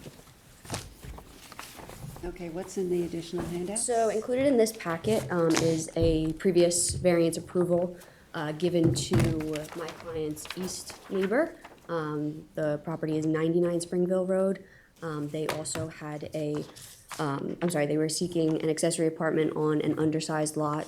So included is that variance approval, as well as their certificate of compliance, clearly stating it was a garage conversion to an accessory apartment, which is also what the certificate of compliance for my client's property was. And then lastly was just a approved survey from the Department of Health Services, just showing the location of those utilities going into both the main dwelling as well as the accessory apartment. This is for the other variance. Okay. Correct. This variance did not address the size, is that right? It's just for the size of the lot. So for that variance, the lot was undersized. It did not, from what I'm seeing, it Yeah, did not I didn't see it discuss either. the size of the apartment, right? No, I'm sorry, no. So we're going for a separate variance, not related to this one. Okay.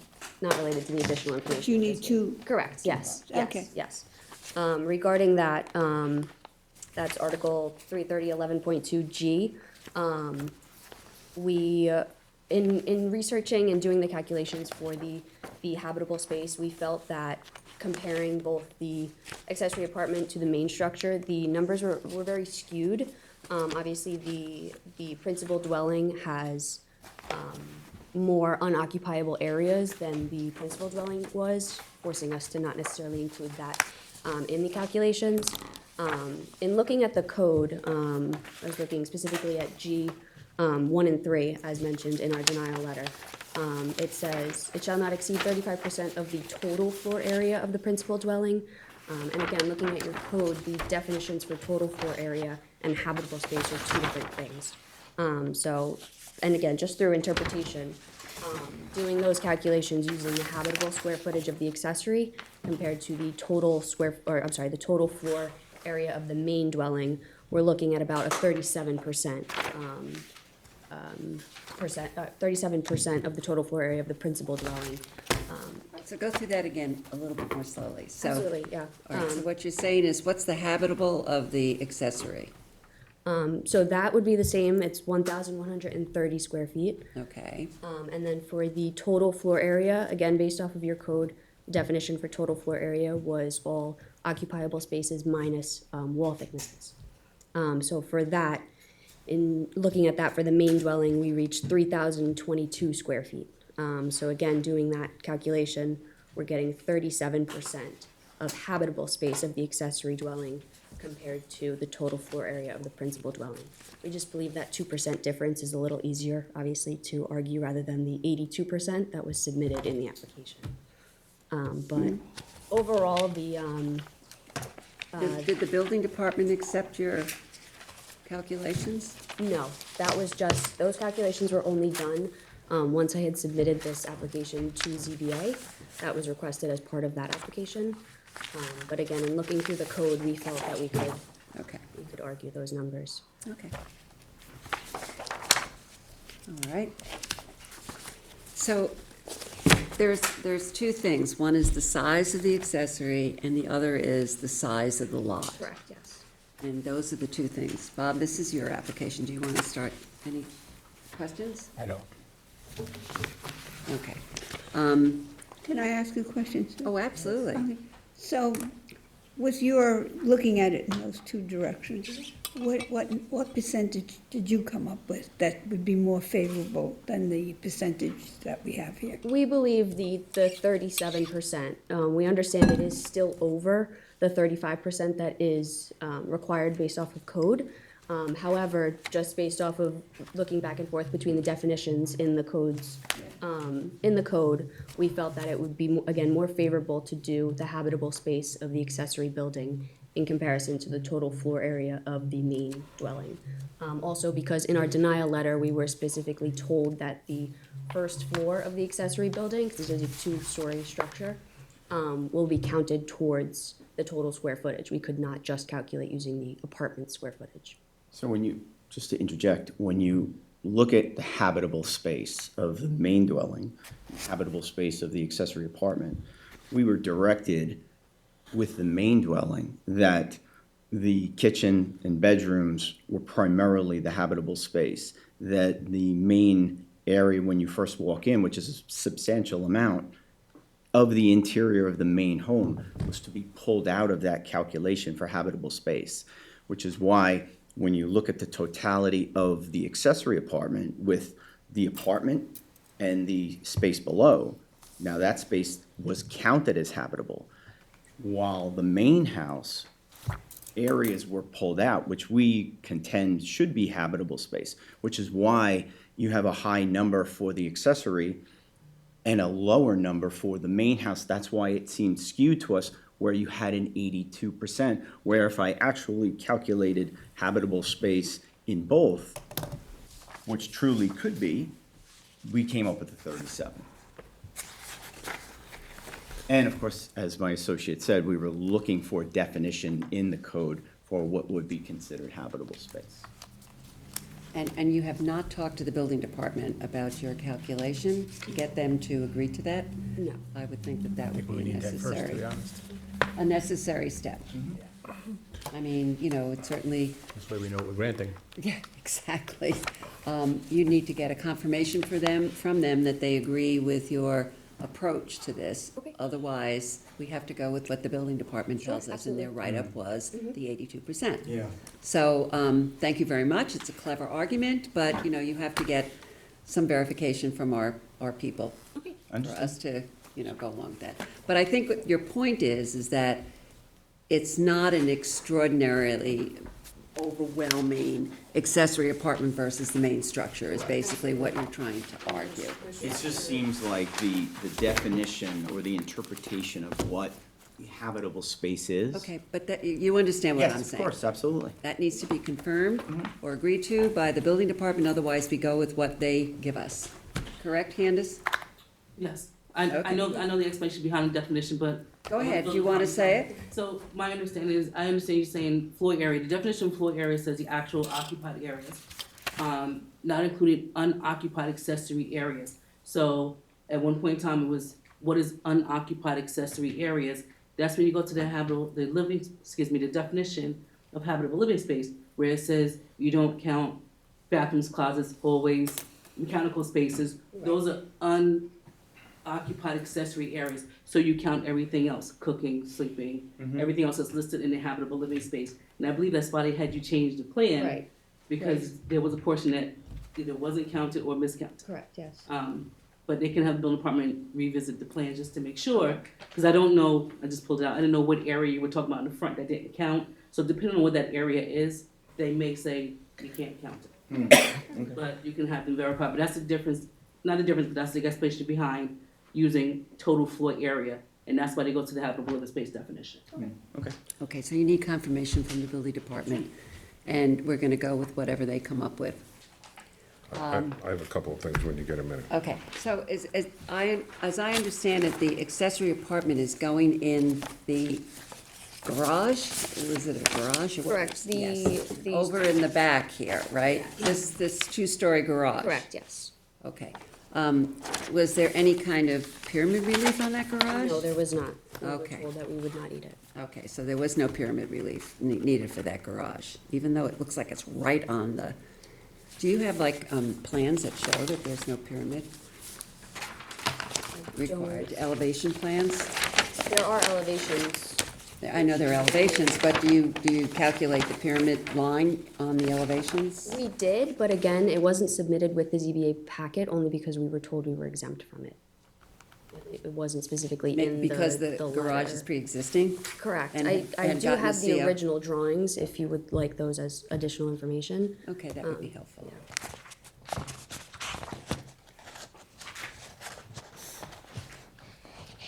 Okay, Kevin, go ahead. So,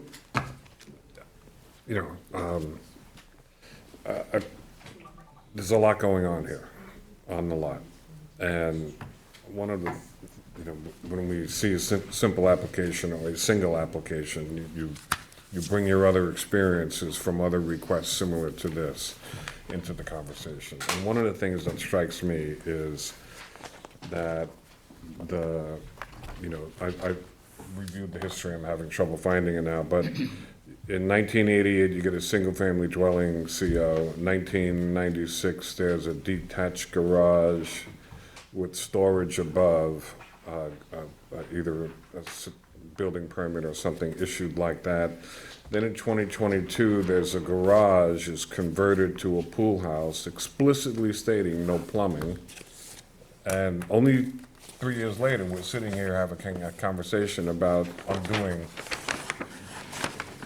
the whole history of this, right? So I'm thinking, well, what comes next, right? And so when you have a garage, everybody who comes in and says, I want to convert my garage, comes back later and complains, oh, I have no room for storage. I converted all my storage into living space, and now I have no storage. And now please give us all these other things, right?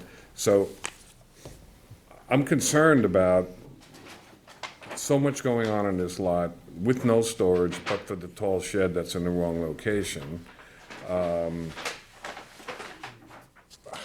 How do you manage for storage? And does that suggest that the garage should not be all the living space you're proposing it should be, and it should be scaled back? And I would like to have a response. You don't have to do it now, but you should think about it. You're showing an area like a playroom or a rec room of some sort with a sink.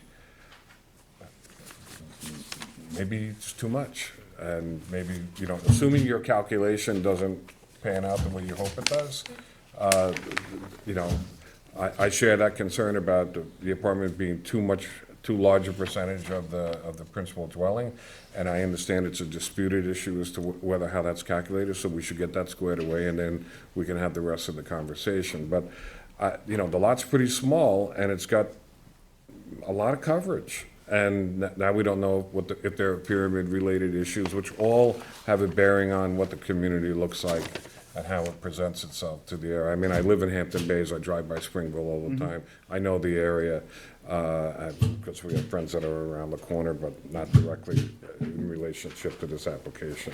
So, those are some concerns, and I appreciate your thinking as to how you can address them, if not now, for your next visit back. So can I just glom onto that before you respond at all? Would it be fair to say another way that you're thinking about this, Kevin, is that if the applicant were to come in and seek more relief for storage space, for example, we would. Well, I don't think that's an unreasonable. unreasonable. Disposed. Yes. Everybody says they need storage space. Yeah. And that's all we hear, once somebody has converted another structure. Yeah. And right now, looks like a 10 by 10 shed, maybe 8 by 8 shed, and it's like 12 feet tall. Yeah. So it probably doesn't conform to the pyramid in any case, just the way it is. Maybe it does. But, it's two families living on a half-acre lot, no storage. How does that work? I mean, maybe I should have spoken for myself. I think that's how I feel, that if you come back again looking for relief for storage, having converted this, Well, I know It wouldn't you know, in be so bad. discussions we've had with our client, there's, first, just a little history, we came onto this project, our firm, after the application was filed for this garage conversion to Sure. the thing, and the inspector saw the apartment. That's when we entered. And then we've been basically working with the health department, with the new system. Yeah, well, I haven't even gotten to that. You know, how you're managing your new septic systems, and there should be best technology, not any efforts to try to say we was gonna grandfather all that in. No, we weren't expecting Thank you. that, so we're gonna have the new. Good for you new guys. system. But the house, the main house, does have a basement. It's that a little over would- 900 square feet. That would be used for storage. It's not livable space? No. No. Okay. The apartment, being the size that it is, On a slab. is for our client's father to live there. Okay. So it's not like she's gonna be looking to rent it out to strangers or Well, multiple that, you people. can't guarantee that for the future. No, I You understand sell the that, but- property, whatever, yeah. As the application stands before us right now, our client, who is in the audience, said that this apartment is for her father. Okay. And, so, This runs with the land, not with the owner. But remember, if it was for one person, would they need this large an apartment? They need I 3 mean, bedrooms. look how large it is. I mean, usually, this could be for a whole family. So, and also, if it got sold, doesn't follow the next person, they can do what they please. Well, I think the concern is, that normally you have a bedroom, a living room, a kitchen, but you've got a huge recreation area downstairs. Exactly. And is that something that is necessary? I mean, well, the recreation area was really more intended as almost like a pool house for her children to play, not necessarily to rent to another family. no, we're not talking about renting, we're talking about the size of the structure. Yeah. And what it does. So I think that is a concern, and we're gonna wanna hear about that, and we're gonna have to get some readings from the building department. I have another question. What is the rear yard coverage? gotta be a lot. I mean, it's not on the survey I'm looking at. I have lot coverage, 24%. I don't know what rear yard, because rear yard would cover the accessory building, the pool, the concrete patio if it's raised. And there's a fair amount, it's supposed to be 20%. Is there a rear yard coverage issue here? it's 50. No, I'm just, so the rear yard coverage is 50% now, not 20. Oh, thank you. It's 50? It's now 50. All right. But we need to know what it is. Okay. Okay? Because maybe it is 50, maybe it's What do you- 55, whatever it You're is. not proposing any new structures? Because if that's the case. Well, but if you're changing, well, all right, so you think that we don't need to deal with that? Not if they're not, and you can check with the building department, not if they're not proposing anything new. Because Okay. lot Okay, they have the rear yard coverage COs. is gonna be what it is. Okay. With whatever COs already exist on the property. Okay, right, I stand corrected, thank you. You're welcome. So glad we have an expert here with us. She keeps on top of everything. All right, so, Hold it open. yeah, so there are a couple of things. I think that the concern is the size. We need to have a confirmation and a direct understanding between you and the building department as to what the percentage is. And there is some concern about the size of the recreation room and whether that is, needed. It's for her father, right?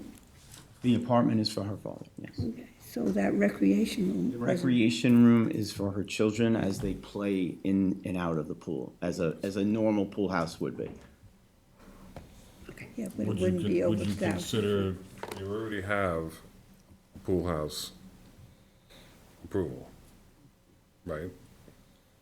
No. Well, the building department approved, Right. this. Right, as a, Right, okay, with the rec room. This Right. conversion from a garage to this rec room, call Okay, it a so pool they've house, already- call it a rec Right, room, call right. it. Okay, But that's, the idea is with the pool directly adjacent, the kids come in and play in and out. I get it. I guess the question is, you want to limit, would you consider limiting the apartment just to the top floor of the garage?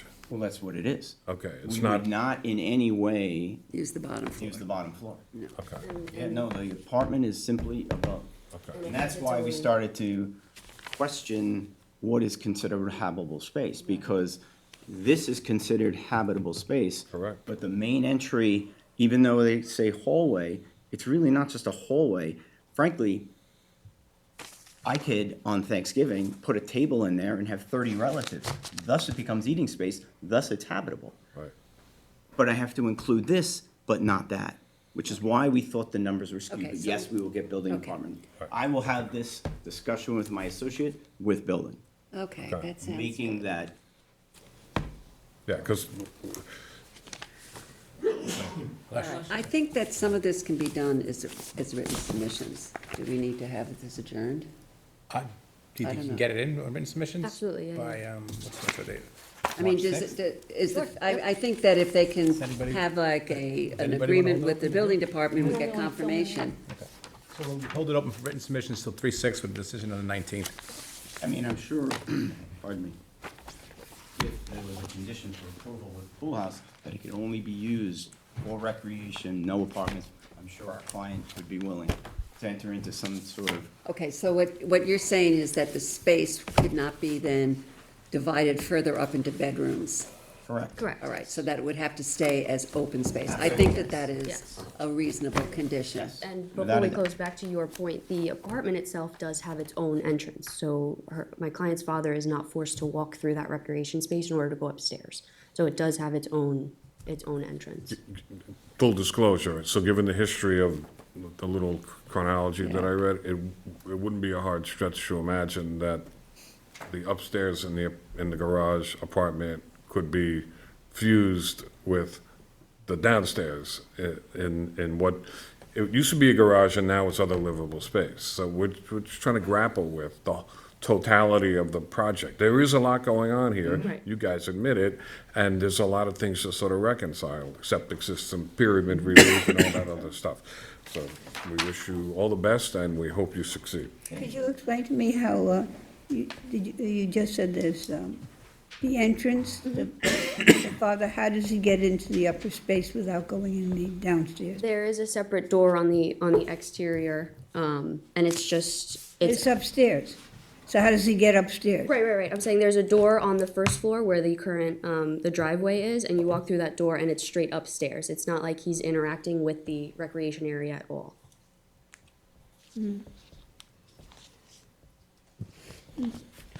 You know, it's kind of a hybrid building. It's not just an accessory apartment, it's a hybrid. I mean, that kind of complicates things. I think this would have been certainly easier to grapple with if it was still a garage. Well, if it was a garage and you had a car in there and you had conspicuously other garage-like things, there'd be no confusion No about confusion. what was the livable space and what wasn't. Point taken. Right, so I mean, I think that that's one of the confusing things, because the Because that's what the code, I think she mentioned it, that's what the code says, in 330.11.2. Yeah. 11.2 G3. It says, if an accessory apartment is to be constructed in an accessory structure, all habitable living space in that structure will count toward the maximum square footage of the accessory structure. Sure. So, and I think that's probably where the building department got that, but I don't wanna speak for them. Just No. confirm that that's what that. But you're correct, because they explicitly put on our denial letter that the first floor will be counted, and we exceed that And we have no 1,000. problem with this being considered habitable as long as the spaces similar are also considered habitable, because we were In the told to main take them building. out. Yeah, then the That's ratio why works we- better. Correct. No, I It understand. was, Okay, all right, so we're gonna get some clarification on that. All right, so, 319. so there's a second, Mr. Macedonia. Ms. Kane? Aye. Mr. McDonald? Aye. Ms. Burgess? Aye. Chair votes aye. Okay, so written submissions by March 6th, Madam if you Chair, can. members of the board, thank you very much. Thank you so much. Number 7 on tonight's agenda, Joseph Frederick Gaza and Blair Catherine Gaza. This is held over from 8/11 meeting. This is Scrub Property in Quiot, Suffolk County Tax Map 900-359-1-22.1, 26.1, and 900-359-2-9-. 8.1 and 10.1. Good evening, board members. How are you, Joseph Gaza, 5 Ogden Lane, Quogue. Here we go. I'm here on behalf of my daughter Blair and myself. The board may recall that I appeared before this board maybe 3 months ago. We were here August 21st. A couple of times in the last 6 months. Well, I've been before the planning board for over 6 years. And, We know that. You always mention that to us every and time. you all received my little package with Yes. all the, so you're already up to speed. I don't have to say very much. Good, good, we can move along, yes. But there is a submission, we got the planning board. Neg deck. Yes, I brought a copy. Would you like mine, or you have one? We've have it had already. them. It's all They in were our given packet. to us tonight. Okay. That was not easy to obtain. There was a little bit of a squeeze on that, but I can be squeezed, and I'll tell you what happened. Okay. I started out with 6 acres. I had to give 2/3 of an acre away to get the access. Left me with 5 1/3 acres in the 1 acre zone, CR 40 zone. I thought maybe 5 1/3 acres, 5 lots. Planning board wasn't even a response to that. Maybe 4. Prepared the plans for 4. They didn't like that either. I said, I tried to appease the neighbors by preserving the dark green portion of the property with conservation easement to buffer them so they wouldn't have to get close to my proposed lots. That wasn't enough. So then I went back and I says, how about another acre of buffer and only 3 lots? They said, that's enough. So I now have a proposal for 3 lots. And then at the very last moment of the case, they put a little additional squeeze on. And they said, and how about an extra 5 foot of conservation easement buffer? I said, but the code provides for 125. And the board member said, 130 sounds a little better to us. So I consented to that, and that's shown in red. Any more, and they would have squeezed me off the lots. So I've been squeezed quite a bit, and I'm down to the point where I'm really in need of a variance, not even for the squeeze, but for the 40-foot requirement per lot for road frontage. And this property, it has its road frontage as a 30-foot lane or easement area, which actually gives each of the lots 40 feet, but not on a road, on a lane. So I have to ask for a variance from section, let's see what it is. 330-82. 330-82. 82. Right. I haven't asked for one of those yet, but I guess you hear them occasionally on private roads. And the private road has already been approved by the town engineer, who has plans which I submitted, and he approved it for 5 lots. That's what I originally started with. So certainly if it's approved for 5, it's adequate for 3. The road is going to be asphalt, it's going to have underground utilities, public water. It's going to be attractive. 3 1-acre lots, which I can only use about 1/3 of an acre each, but there'll be a lot of conservation easement and buffer all around it.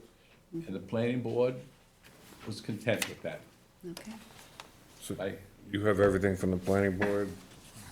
What else do you need from the planning board? They gave you your neg deck. With 3 conditions. Okay, with 3 conditions, right? I have I need the variance from your board so I can go back to planning board. And they want, what do they want? Well, they want the extra 5 feet. Right. They want maximum 3 lots. And they want all the conservation easements. Okay. Which I've given them. One is already recorded, this is in the works with David Wilcox, and this one is going to be in the works with planning board staff. They're gonna lock it up. Okay. Anybody have any questions? I have no questions. I don't either. Is there anyone in the audience who wishes to be heard on the application of scrub property? Is there anybody on Zoom who wishes to be heard?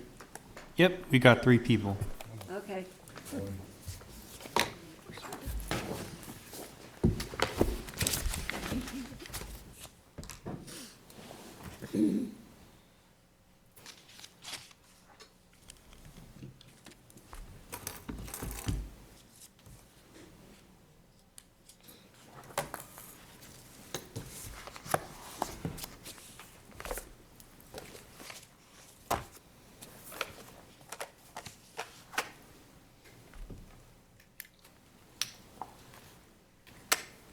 Hello? Hi, we can't see you, we can hear you. Hi. I'm sorry, I'm trying to get my video to work and it is not working for some, start my video. Okay, are you an attorney?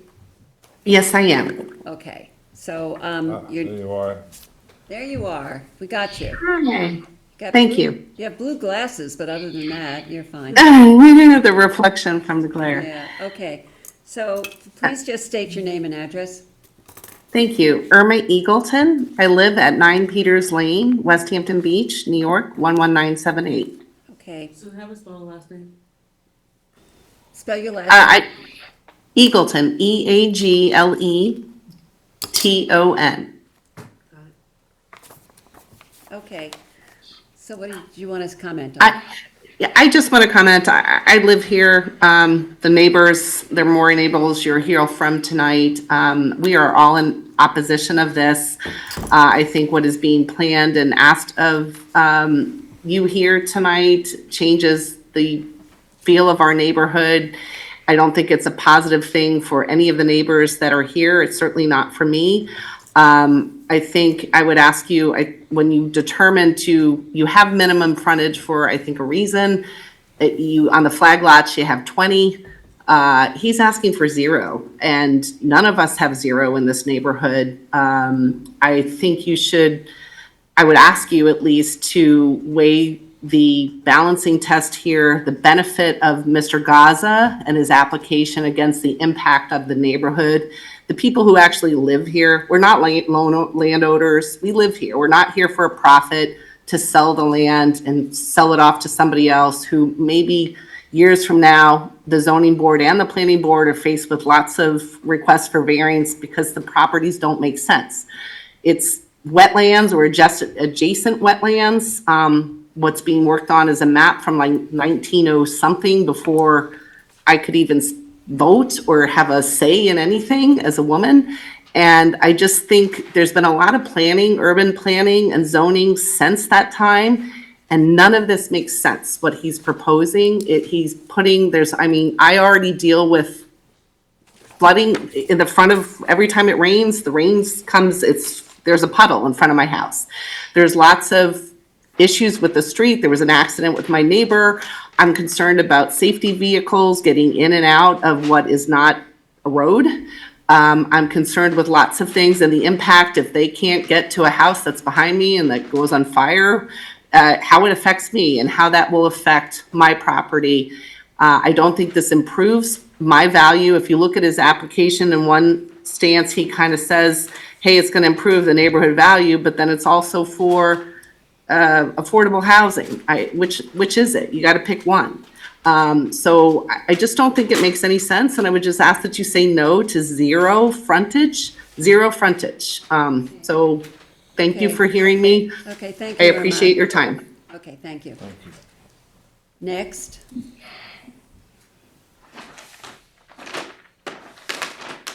You did say the road's going to be paved? And the fire marshal and the fire department is already inspected, and there's a fire hydrant, and they can take care of any fire on the 3. They were doing 4, but this says they can reach it, and they've done their inspections. Okay, we're going to hear from the next person. Okay. Hi, we see you. Can we hear you? No, you're muted. Hi there. Okay. Hi, everyone. Have I sworn you in before? Yes, you have. I'm Regina McGuire Moynihan. I reside at 11 Peters Lane, and I want to thank you so much for hearing me. One, I want to completely align with Irma Ingleton's commentary, and I think that Mr. Gaza's request is a very substantial variance, and it's inconsistent with the intent of the town code, and it's an extreme departure. The road frontage requirements exist to ensure the safe and reliable access for emergency vehicles.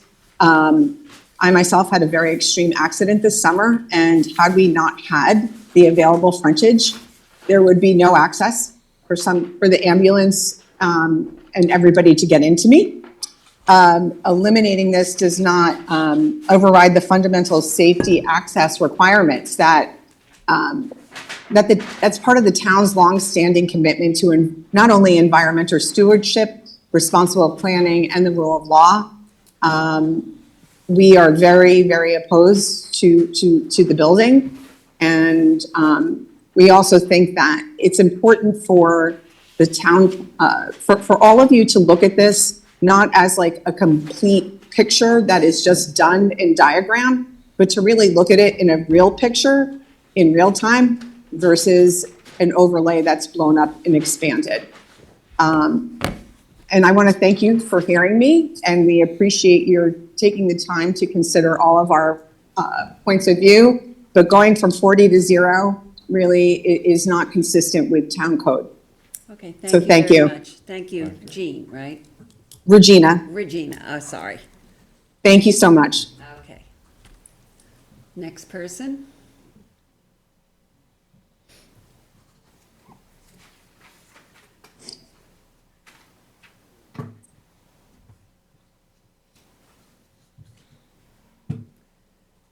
Have I sworn, can you hear us? Can you hear us? Hi. Yes, I can hear you. I can't see you all, but I can hear you. Hi. Hi, have I sworn you in before? Yes, I've spoken at other meetings before, not this evening, obviously, All but right, Have state you your spoken out in name. this case, though? Yeah, state your name, please. yes, I am Carissa Hartman, and my address is 15 Peters Lane in West Hampton Beach. Okay, and you spoke on this application before. Yes, Mr. Gaza has had many meetings, not of which all I have been able to attend, but as many as I could, and I have spoken before, Okay, yes. so what are your comments? I am not as well educated on town laws as my previous two neighbors are and have spoken. I'm just kind of a neighborhood gal here to oppose what Mr. Gaza is attempting to do, strictly based off of the environmental impact that it will have, as well as the personal impact. My property is 15 Peters Lane, so it is directly in front of the property where Mr. Gaza is looking to develop. So very simple. I'm just here to oppose and stand with my neighbors in opposition. Okay, thank you, Carissa. Thank you. Is there anybody else, Peter? No one else. Okay. All right, so we've heard lots of testimony from people who have had problems. We've also heard from you, and I think that you've made a very valiant effort to address the concerns of the planning board and some of the concerns of environmental concerns and other things. At this time, not everybody's going to be happy with the decision, one way or the other, but, we do the balancing test, and the balancing test does, weigh the benefits to the applicant versus the detriments to the surrounding neighbors. At this point, I am not opposed to granting this application. I don't know how the rest of the board feels. I'm not opposed either. I think you've gone to great lengths to get to here. And, we appreciate that people don't like property developed. I mean, nobody does, but this is property rights, so. Yeah, I mean, I feel the same way. The neighbors are ringing in my ear, but I do think Right. you've made efforts, and I think this is a How set many of acres- compromises. How many acres you giving away? 7? Well, I thought it out with 6, and I'd given away 6/10, then went down to 5.3, and gave it away. This is 1 point, I had it written down here. I've got 77% of my land. Okay. I put conservation easements on. It's, the neighbors, if you look at the character of the area, it's like 98% undersized lots. Every one of these people live on an undersized lot. And Mrs. Moynihan has 2 houses on a half-acre lot. We don't have to get into it. Make it about you. Yeah, make it about you and anybody else on the board who wishes to comment. Kevin, Helen? Yeah, I just have one quick question, and I don't mean to incite you, so if you feel that way, let me know. So will. when the planning board, you probably will, when the planning board approved your private lane, is that what they're calling it, a lane? Because it's not a public road. I understand. And did they have any suggestion for screening, for plantings, for fencing, or any of those issues? Because it's only for 3 lots now, it's gonna be like a driveway. That's fine. They said it's a driveway. Okay. I have no further questions. Thank you. You're welcome. Okay, Bob, this is yours. This is mine, so we're gonna hold it open for written submissions till March 6th with a decision. You have to hold the submissions open to March 16th. 16th. Yes, clear Because shade. it's a clear 30-day. shade that the negative Oh, declaration yeah, requires a yeah. minimum 30-day written comment Okay, period. so then we do the March. We're gonna do 3/16, because 3/15 is a Sunday. So we figured 3/16 for And then written decision- submissions, decision 3/19. The decision come a couple days later, okay. Okay, so we're gonna because hold it's it a open. it's a negative declaration. With a 30-day comment period. Right. So we're gonna hold it open for written submissions till March 16th with a decision on the 19th. Second. Mr. Mastonia. Aye. Ms. Kane. Aye. Mr. McDonald. Aye. Ms. Burgess. Aye. Chair votes aye. Okay, thank you, Mr. Haza. Thank you. Thank you for the Good luck with everything, time. sir. It's a lot of time, I know, but Okay, number 8 on tonight's calendar, Richard Kalsnick, which is 1 Shore Lane, West Hampton, Suffolk County Tax Map 900-382-1-29. This is held over from January 15th of 2026 meeting. How are you? Sorry, do some housekeeping. Good evening again. Good evening. Thank you for hearing us again on this matter. When we were last here, the board had requested some additional information be provided. First and foremost was the survey had to be revised to reflect what originally was called a screen room, but is actually a gazebo. So we are now, the survey now conforms to the building permits. It's now referred to as a gazebo. Because I couldn't understand what a screen room was. I cannot explain to you how that came Okay. about, but we corrected that. Okay, good. The other issue was a question about rear lot coverage. We wanted a calculation, and that has been added as well. The long and short of it is that we are at 16.7%. So we're allowed 20%, we're at 16.7. Oh, I think it's 50 now, right? Rear yard coverage? Yeah, Yes, rear yard coverage is 50, but is he talking rear yard or total? rear. I'm doing rear lot. If they have us as 20%. Right? Yeah, but it's now 50 Now 50. apparently. You're better off. Oh, so I did Better even better.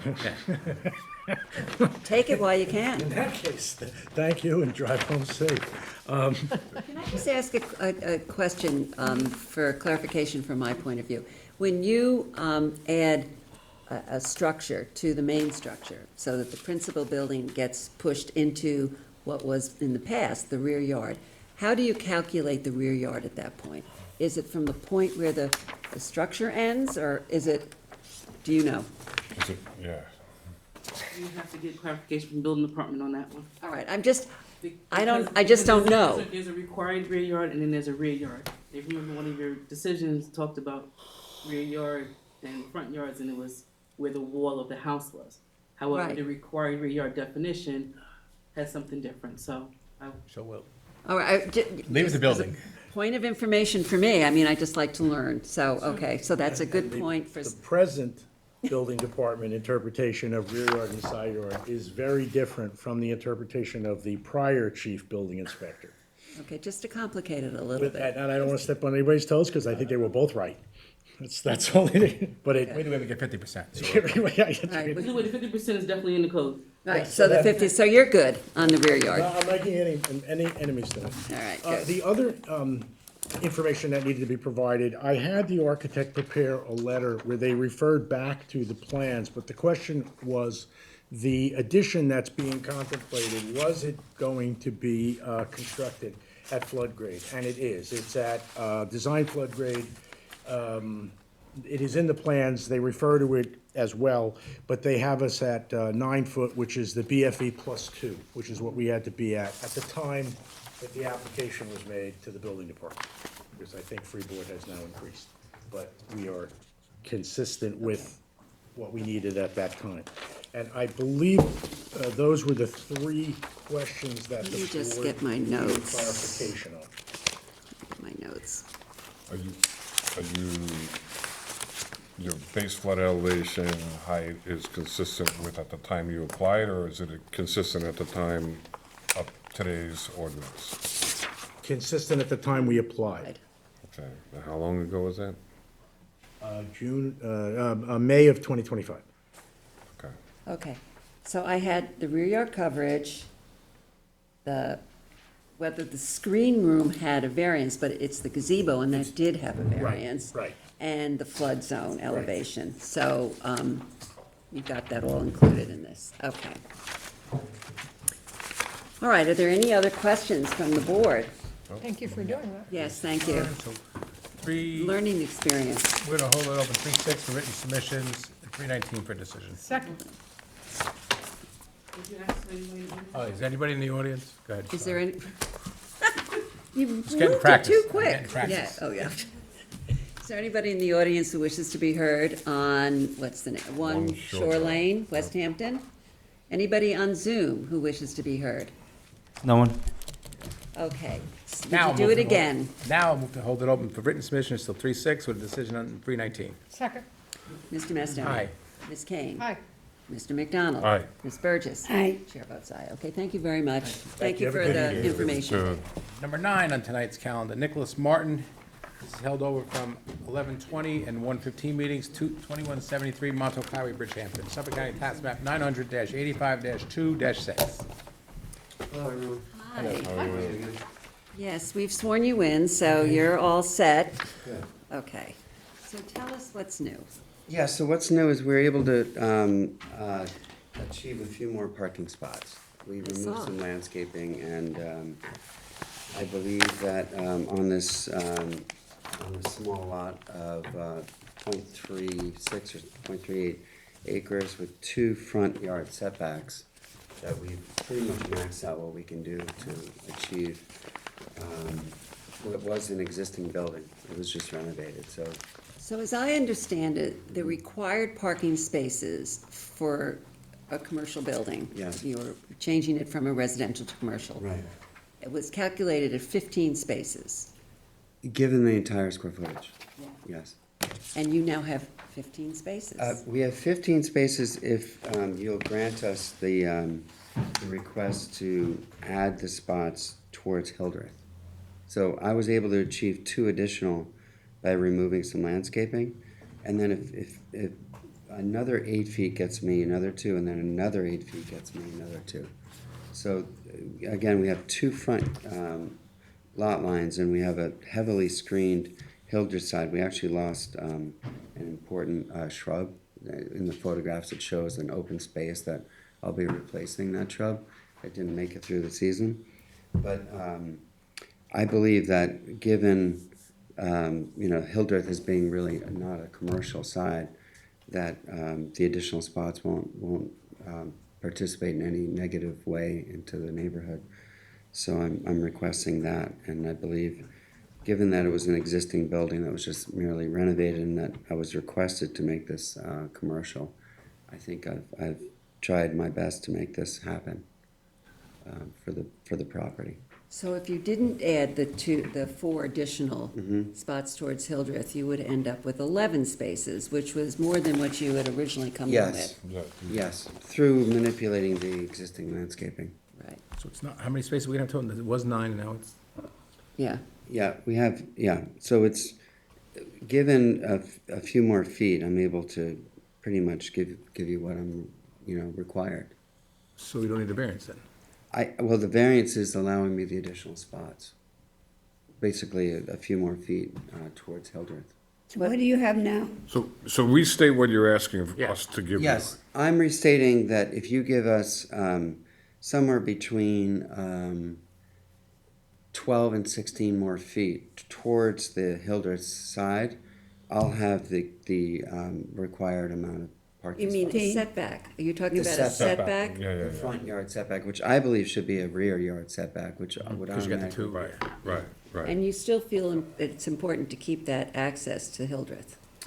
I do because, as you know, in the general part of the year, that Montauk Highway is very difficult. Could be impossible. Drive. Yeah. And I live in Sagaponack, and a majority of my Back roads. clients are in the south of the highway. So for me, that's actually the more important side.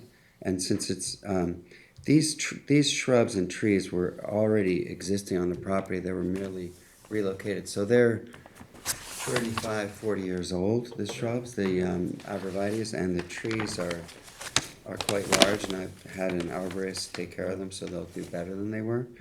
So I believe that, given that additional shrub that I'm going to add, that you won't see these vehicles. So you need, the total number of spots, parking spaces that you need varied are, you need 2? I need, well, it's odd because of the angle. Right. But essentially, the 16 feet will give me the required spots. So on you the need Hildreth front side. yard relief for how many spots? For 4 spots. For 4 spots. Yeah. What's the rule in terms of parking spots? With the 4 spots. Pardon me? How many? I don't, is there a rule for it in terms of parking spots in the front yard? I don't know. I don't, well, it's a front yard. He's got 2 front yards. Right. Yeah, it's a very unique lot, Oh, honestly. your question is there, I'm sorry, repeat your question. I thought you asked me about commercial parking. So how many, What's your question again? how many spots will you have? I will have 14 spots, 14. 15. 14 spots, and And that's with us giving you what? roughly 16 feet towards the Hildreth side. My For an question, additional 4. my question is, what is the setback requirement for parking spots for a street? Yeah, I wish I knew that. I I don't. know that there is, actually. Well, then I why know are in you Sagaponack there is. asking for, Asking for a setback. huh? You trying to figure out why he asking for a setback? Yeah. I was gonna ask the same. Oh, I that don't would know that would why make you're it asking easy. for a setback. I just know the front yard setback is 30, and I imagine you can't Well, park, that's but for, maybe you that's can. for, let me see, I got my little cheat sheet here. That's for a structure. Okay, well, then I would have 15 spots, because I could, Yeah. if that's the case, I could make the entire application work, because there's room for another spot there. Are you considering parking an accessory structure? I mean, what's this, I don't know if there's this, I don't know. Again, Candace, I'm looking to expertise. Mark, I don't know if you have any of this. But, I mean, is there a setback requirement for parking I don't spaces know in it. a front? I just know you have to be able to bear parking away from, you can't park directly. Right. But I've, even given the highway requirement of radius, I'm still able to manage the complete 15 spots. The irony is, you needed 15 spots, and if you had 15 spots, you didn't have to come here. I'm not sure that the information came from the planning department requiring, so maybe it's just inaccurate. Where is that? Do we have that? Well, you never had 15 until now. Right. Right. They 15 said, are you- required. and- Right. And this has been a long road. It's Oh, been over a listen, year. I'm surprised you're still here and you're still alive. And I waited through the whole meeting, no less. I- I'd love to make the 15 spots and go on my merry way and hang my shingle and move on. is there a way that we can confirm whether he needs a setback? Does anybody on the board here know? No. Are you kidding? So, All right. I mean, Where's Anthony? go ahead. Yes, seriously. Well, I'm just saying, if he's made 15 spots, is there a setback requirement that we need to grant him a variance for? I've never heard of a setback requirement for a parking So- space. I haven't either, so And unless, it's not the issue, right? On another project, we only were required a 5-foot distance from the, is there a way for you to confirm with the building department I will do that. if you It could? might be, you may wanna talk to planning, that might be in this, maybe in the site plan provisions possibly? Is it I mean, in possible? planning, They gave we- him a referral and it Yeah, said, we've spoken to Prina and she didn't show that there was any issue with that. I'm merely moving the ball forward from my last meeting. yeah, no, I I know. have like a real operationally stupid question, which is, if you come back with a map that shows 15 spots, Which he do we did. have a decision to even make? No. Not unless there's a variance required for a Correct. setback from the Yeah. front. So I Correct. think what you need to confirm is whether there is a variance requirement for parking from a front yard. Okay. And you can do that through a written submission. And I think the plans that I have show 15 spaces, is that correct? If I'm allowed to, yes, if it's. That's what you have on your Yes. plan. Right. So Well, no, assuming, I have 14 spots, but I could easily add another. That would be. oh, all right, you have 14, I sorry. have 14, but I could add another one on the I east think side. 14 is more than enough at this point. Do you all agree? I don't think we need to squeeze another 15. Okay. But I, Then you might need a variance for that spot, I'm just reading, the way this is written, it says he's required to have 15 for the conversion to well, the that, business. we may need to you have need- a variance for For one 14 space. versus 15, but that's easier than 9. Yes. But I do think you need to have a confirmation as to whether there's a setback And requirement. if you'd like to come back for no reason. No, I like my Thursday evenings, but And you want to be at the end of the agenda, of course. that's my favorite. So you're an expert there. What is the best way He should be number one. for me to find out? Do I speak Well, to? let them close the hearing and we can discuss. Okay. How Okay. to get you to where you need to Okay, get to. so whose But is it's a little this? tricky because let's just say Kevin. that because of the potential variance between the 14 and 15, then would you affirm that you would grant I that? think that we are inclined to grant the 14, assuming that there is not, The narrowness of the issues. is are- really Okay. whether there is, yeah, I mean, it's just, it's an improvement from 9, it's Yes. not perfect, but it's a two-fronted property, Right. it's got some issues and everything else. Yeah. So I think unless I hear objection, I think we're all pretty much inclined for No the 14. objections. We need to make sure that we don't need a variance for a Okay. setback. And Okay. you can do that all through written submissions, Okay. okay? And, all right, whose is this? Kevin, Kevin, How do you want to do it? Do you want to? written submissions. No, do you want to do, okay, that's fine. So, and if we have to extend, we will. So let's keep the hearing, I'm going to make a motion to close the hearing to accept written comments up until 3/6 with a decision on 3/19. Second. Mr. McDonald? Aye. Ms. Kane? Aye. Mr. Macedonia? Aye. Ms. Burgess? aye. Chair votes aye. Thank you very much. Thank you very much. Good luck with everything. All right, take care. You can go back to number 4 now. Karen, okay. He made it there. Sure. Number 4 on tonight's agenda Give me a is second to get organized. Caleb Kursaval, did I pronounce that right? Okay. 4098 Noyak Road, Noyak, Suffolk County Tax Map 900-18-1-50.8. Applicant requests relief from the following provisions of Town Code for proposed two-lot subdivision of a parcel with a two-family dwelling, one for proposed lot 1, 330-82, lot width to allow a flagpole width of 10 feet where 20 feet is required, and section 330-6, general regulations that references 33011, residence district table of dimensions regulations for a principal front yard setback from 60 feet to 59.8 to the existing dwelling, and 2, for proposed lot number 2, 330-82, to allow a flagpole width of 10 feet where 20 feet is required, and any other relief necessary. And the board has Well, you jurisdiction. said everything I was gonna say, so Are you lawyers? we're not No. lawyers. Oh, okay. Let me swear you in. Do you We s- went on this before, but we Oh, have you on this? Yeah, we spoke to you guys months ago, but you probably forgot, so we'll just say, I'm Caleb Kirscheval. I Okay. reside at 4098 Noyak. Okay, and you, And I'm Anna Kirschbaum. okay, and you swear to Reside tell the in truth and the Portsmouth. whole truth. Okay, good. Sorry about that. No, no. It's been a while. I didn't recognize you. No, I wouldn't recognize me either. No, you're very distinctive. I should have recognized you. Okay, so, all right, so where are we on this? So, we started with this because this large parcel my folks owned was about 22 acres, and they gave the conservation. We preserved it all. And my mom's 92, and she's got all her marbles, but we realized that it's going to come to the point where our family's going to have to sell it, and we have a brother in Seattle and Atlanta, all over, and they're going to have to, nobody's going to be able to buy them out. And the place I grew up originally will be sold. Well, I happen to have this lot, which is 2.2 acres roughly, and I have basically two houses on it. One is a residential property, one is an accessory apartment, a workshop, and everything. But in essence, they're roughly the same size. They're already built. And we're looking to subdivide them because I really want my kids to not do what I'm doing. I would like them to be able to have a house each. And what it would be to the neighborhood is the houses are already built. It's just rezoning one a residential. That was an accessory apartment. We already have all the approvals from, we've already built it, we've already done the conservation, we've already done the health department, nothing changes at all. My entire neighbors on one side are all roughly 0.2 acres.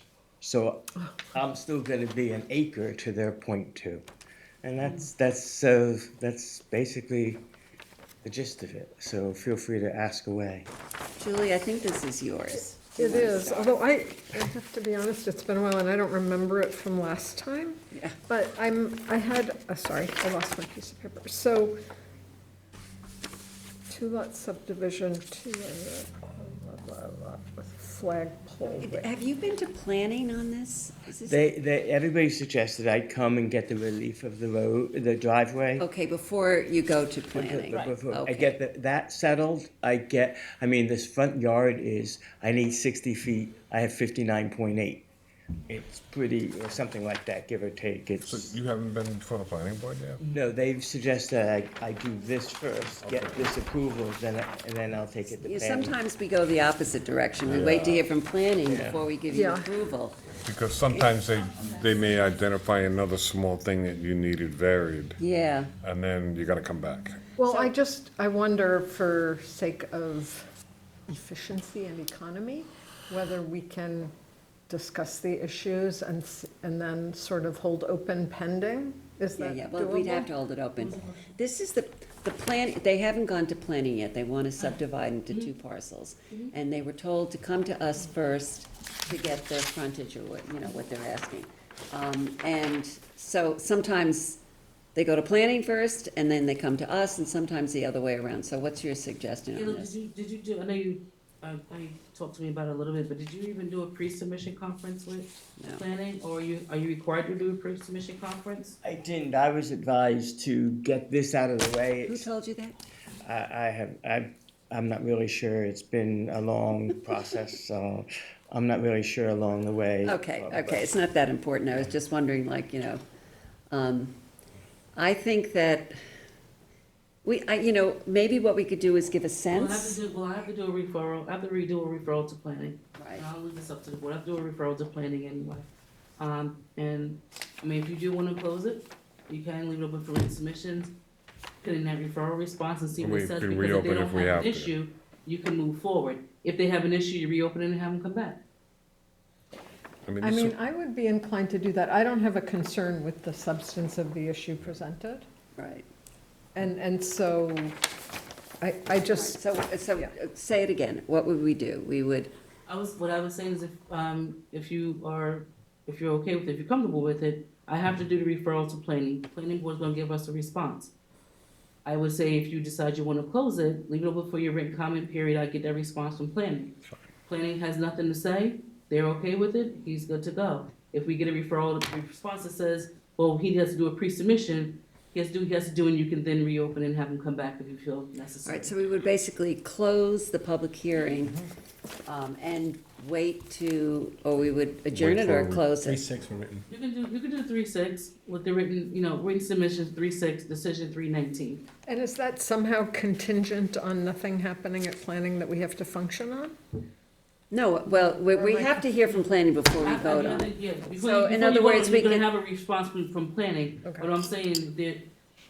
Unlikely you're gonna get that quick a response, but if you did, then we'd be able to have a decision on the Okay. 19th. I didn't get the response, the referrals come from me, it has nothing to do with me. No, I know, I was just, yes, Candace is in charge. I know, she runs the show. She does. I'm just asking, because I'm unfamiliar with this, could this, your decision be contingent on planning, or maybe that's what you're We saying? can't do a decision until we get something planning. Yeah, that's what's happening. It's essentially what's happening. It's the same difference, we're gonna reopen if there's something planning wants us to Right, function. They don't get, so planning doesn't get any indication that you're saying, I'm okay with this if you're okay with this. Oh, is there a reason we can't tell them that, Candace? That ZBA doesn't have issues with what's presented? But we want their way, okay, Just because ultimately they're the ones that approve the subdivision maps. I see. So, okay. Maybe we can whisper in their ear? We're overthinking this. We should make the referral. Yeah. We should wait for whatever comes back within some reasonable time. Anthony, he's not sitting here, but there's a guy that always sits there, right? So he would honcho this through and we would find an answer, and if we have to reopen, we reopen, and Okay. if we don't, we just wait for their memo and then we make a decision. or the other thing you could do is just leave it open till 3/5 and have them come back. I'd Honestly, rather I- save the trip, You can, right? it's up to you. Yeah, so I think what I am proposing is that we are going to close the public hearing, leave it open for written submissions with a decision on the 319 pending action from the planning board, or should I just not say that part? Oh, I think that we need more time. Okay, you think 319 is too fast because of the planning referral? No. Okay. That's why I think I know I'm not a board member, but I would suggest probably hold it open at Yeah. 3/5. Let me do the referral. Yeah, If let's do planning that. doesn't have an issue with it, sometimes they will just send me an email, say, hey, we don't have a problem, he can move forward on the 5th. Whereas if you close it and have the decision scheduled potentially for the 19th, if you're gonna reopen it, he's now gonna be out in April sometime. I totally agree with Candace on this. I think we should adjourn to 3/5. 3/5? And she's gonna make the referral at that point. I don't think you're gonna get a lot of objections from us, assuming that the planning doesn't have issues. I think it's the safest way to go. Yeah. That's the Safest way to go. There's no I open, have I you come go back with on whatever 3/5. Candace says. And you won't be last that night. Yeah, maybe we can, especially because Sandland's on. We appreciate your time. Okay, You want yeah, anything I'm else, sorry Amy? it's a little confusing. We don't have our planning person here tonight. And, no, we don't have Katie driving us with a whip. Is there any possible objection from your point of view at all? I did have a couple of questions. The existing driveway that goes to the second, what are you gonna do? Are you going to end it in the first lot? In other words, you've got a gravel driveway that goes to the second. Right. So what, are you planning to keep that gravel driveway, go all the way to the second? Because you do have a, It's gonna be the same driveway, it's gonna be, I call it shared, what I see out here all the time, it's just, unless. well, you've got it's a flag lot, so you've got the two things coming here. So you're not gonna use the Yeah. second part of the flag lot? Yeah. Well, I was just gonna keep it the same, but I'll do whatever you tell me to do, but I'd rather not, change the property, it's. Well, the reason I'm saying that is if you're gonna have two lots, they're gonna be separately owned Right. at some point. That makes sense to keep, to have two different driveways and not just use one. But the problem is, they're always gonna have to use the first A part. common direction, the first part of When- the lot. So they're always gonna Yeah, have to use. but as I see it, it comes in and then you've got two ways, it forks. The gravel driveway goes into lot Right. one, and then there's an area that can go back to the flag lot to lot two. I could make that part of the other driveway, I'll do whatever you want, but what I'm I saying just is the think that you first part. should, I think you should have two separate driveways. You may hear that from planning Yeah. staff when you do that. That's gonna be before planning. Yeah, Okay. yeah. Yeah. Yeah, And he's so- trying to turn That's what down may the plan, happen. but we use it, if I'm not mistaken, as a common driveway. So physically looking at it, you're going to see one driveway, but for subdivision purposes, I believe that's why he's They're asking gonna for show them the as separate. 10 and 10, so that each lot has an access. Yeah, I mean, Not but, trying to make a case, but I believe that's what it is. yeah, all right, so that may become an issue. Okay. All right, that was my question. Any other questions? No? That was it. Okay. Well, once again, we thank you for your time. All right, so we'll see you, hopefully, we'll have good news on the 5th. Thank you. Thank you. You're Take welcome. care. Vote on that? Yes. Was there a motion? Oh, is there anybody in the audience who wishes to be heard? Anybody else there? Is there anybody on Zoom who wishes to be heard? No one. Okay. Hi, Peter. Hi, Anna. Okay, whose is this, Bob? No, it's me. Oh, Julie, sorry, Okay, so Julie. I thought we did this. We're going to keep it open until 3:05. Second. With With the referral to planning. referral to planning decision 319. Ms. Kane? No, just 3-5, adjourn. Just 3:05. 3-5. No decision, sorry. Ms. Kane? Aye. Mr. Macedonia? Mr. McDonald? Aye. Ms. Burgess? Aye. All right, chair votes aye. All right, thank you very much. Thank you. All right, good luck. Have a good Looks night. like a good plan. All right, we've got a couple of decisions. So, who's first? Kevin? Think I'm up, right? Yep, okay, I'm gonna make a motion, to approve the application of Francis E. Mulvey Jr., Suffolk County Tax Map Number 900-354-4-109.2. This application is for property located at 5 Percy Avenue, West Hampton.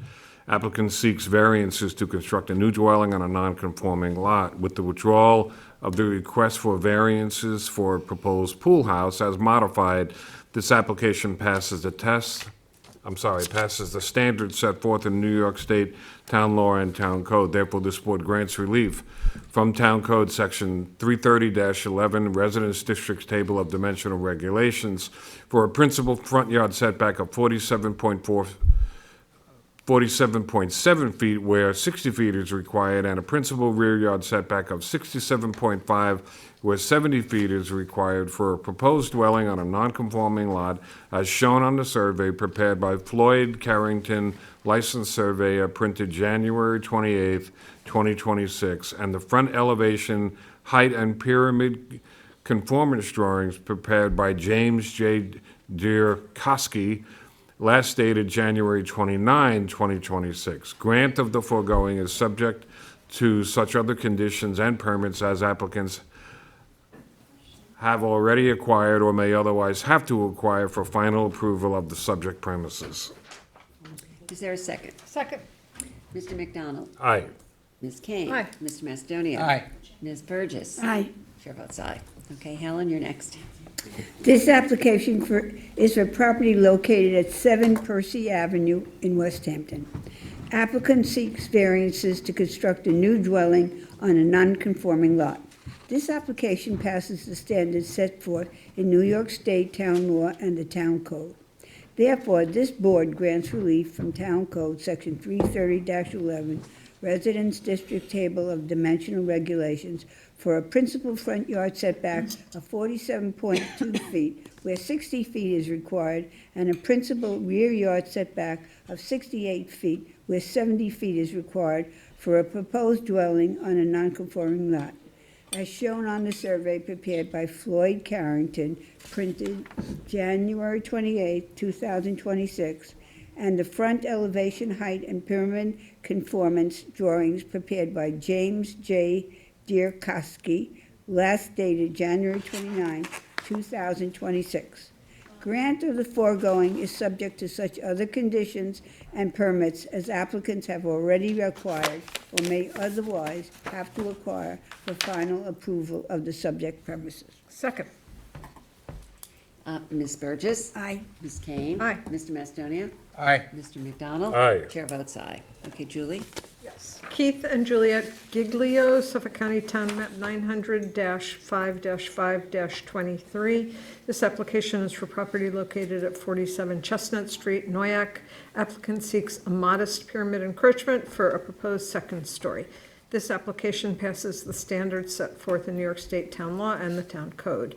Therefore, this board grants relief from the Town Code Section 330-84D Pyramid Law for a total pyramid encroachment of 837 cubic feet, north side 285 cubic feet, parens 159 cubic feet existing, plus 126 cubic feet proposed, close parens, south side 552 cubic feet, parens, 343 cubic feet existing, plus 209 cubic feet proposed, close parens, for a second-story addition as shown on the survey prepared by Joseph Sakafico, PLS, last revised November 3, 2025.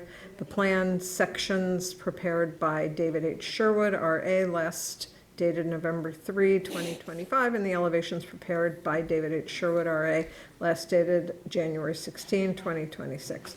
Grant of the foregoing is subject to such other conditions and permits as applicant has already acquired or may otherwise have to acquire for final approval of the subject premises, including the removal of both sheds on the aforementioned survey prior to the issuance of any certificate for the proposed addition. Second. Ms. Kane? Aye. Mr. Mastonia? Aye. Mr. McDonald? Aye. Ms. Burgess? Aye. Chair votes aye. Okay, I have two.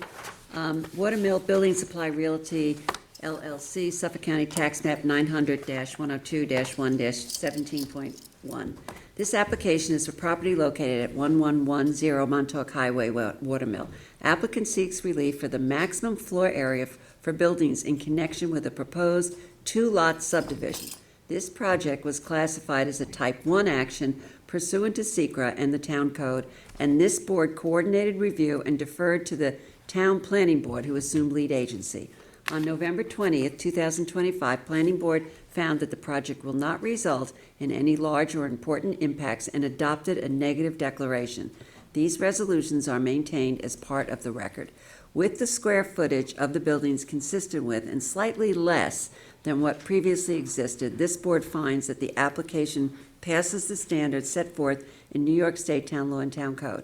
Therefore, this board grants relief from the following provisions of the Town Code for a proposed two-lot subdivision. For proposed Lot 1, relief from Town Code Section 330-105K, schedules of minimum and maximum floor areas, from the allowed 15,000 square feet to 42,697 square feet on a 172,155 square foot lot, as shown on the floor plans and elevations prepared by William S. Nowak, R.A., last issued August 29, 2024, and page A-1.02 dated March 19, 2025, and the subdivision map prepared by Vincent A.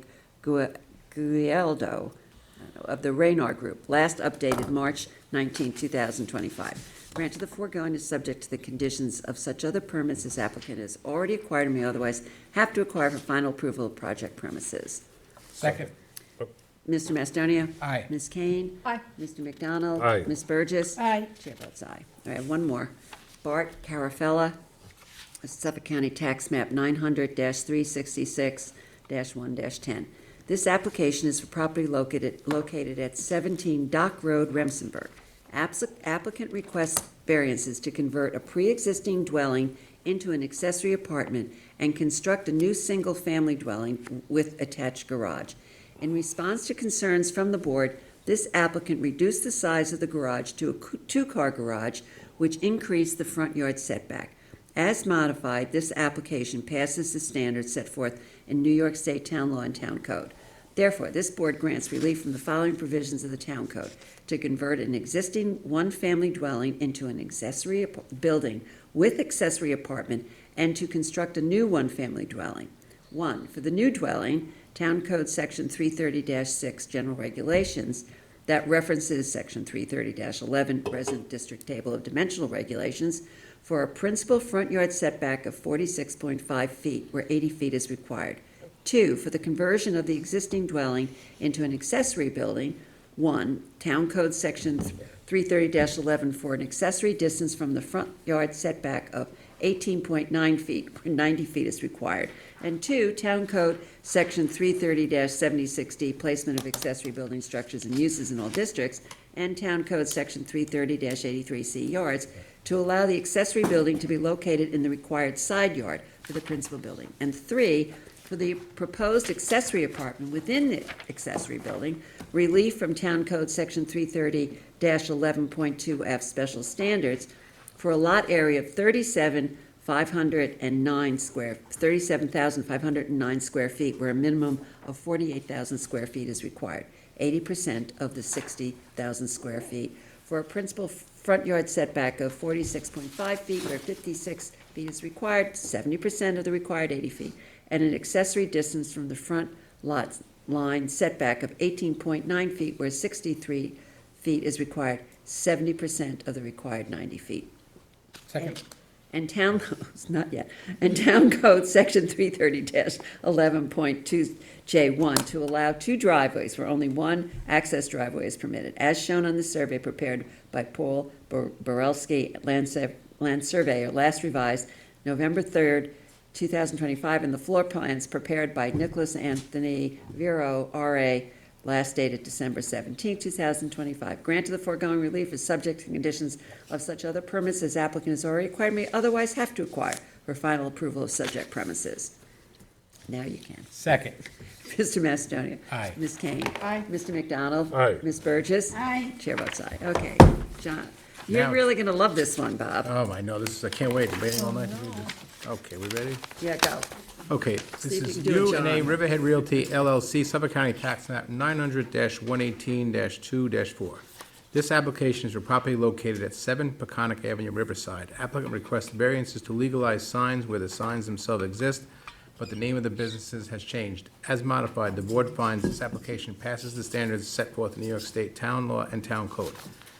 Therefore, this board grants relief from the following provisions of Town Code to legalize the following signs installed without the benefit of building permit. 1, canopy sign 330-205H, general provisions for a sign with an internally illuminated logo along the three side edges of a canopy with a height of 33 inches where the canopy signs and logos are limited to the edge of the canopy bid with a maximum height of 6 inches. 330-207A, illuminated signs for 3 internally illuminated signs with logos along each of the canopy sides in the village business BB zoning district where internally illuminated signs are only allowed in highway business zoning district 2 and 2 freestanding dual pole sign A 330-103 corner clearance to allow a dual pole freestanding sign over 2 feet in height to be located within the triangular corner clearance area. 330-206A zoning districts to allow an interior illuminated dual pole freestanding price sign exceeding 26 square feet in total area to allow an interior illuminated dual pole freestanding price sign with a total height of 12 feet 6 inches where a maximum of 10 feet is allowed. 3, to allow an interior illuminated dual pole freestanding price sign to be located at a front yard setback of 1.3 feet where 20-foot front yard setback is required. And 4, to allow an interior illuminated dual pole freestanding price sign constructed of aluminum where such sign shall be made only of wood or wood appearing material. C 330-207A, to allow an interior illuminated dual pole freestanding sign to be located in the BB zoning district where internally illuminated signs are only allowed in the HB zoning district. And 2, to allow an interior illuminated dual pole freestanding price sign to display digital pricing where internally illuminated signs shall only be constructed with an opaque background, translucent letters, and white light sources. And D, 330-205B 1 and 2, general provisions to allow an interior illuminated dual pole freestanding sign, price sign to remain within the corner clearance. And 2, to allow an interior illuminated dual pole freestanding price sign to have less than the required 2 feet of clearance space between the ground level and the bottom of the sign. Go ahead. These variances are granted as shown on the survey prepared by Nathan Taft Corwin III, land surveyor, last dated June 30th, 2025, and the proposed elevation prepared by Edward Bachelor, dated February 2nd, 2026. Grant of the foregoing relief is subject to such other conditions and permits as applicant has already acquired or may otherwise have to acquire for final approval of the subject premises. Mr. Macedonia. Aye. Ms. Kane. Aye. Mr. McDonald. Aye. Ms. Burgess. Aye. Chair votes aye. Do I have a motion to close? Motion. Is there a second? All in favor? Aye. Meeting's adjourned. Some sign.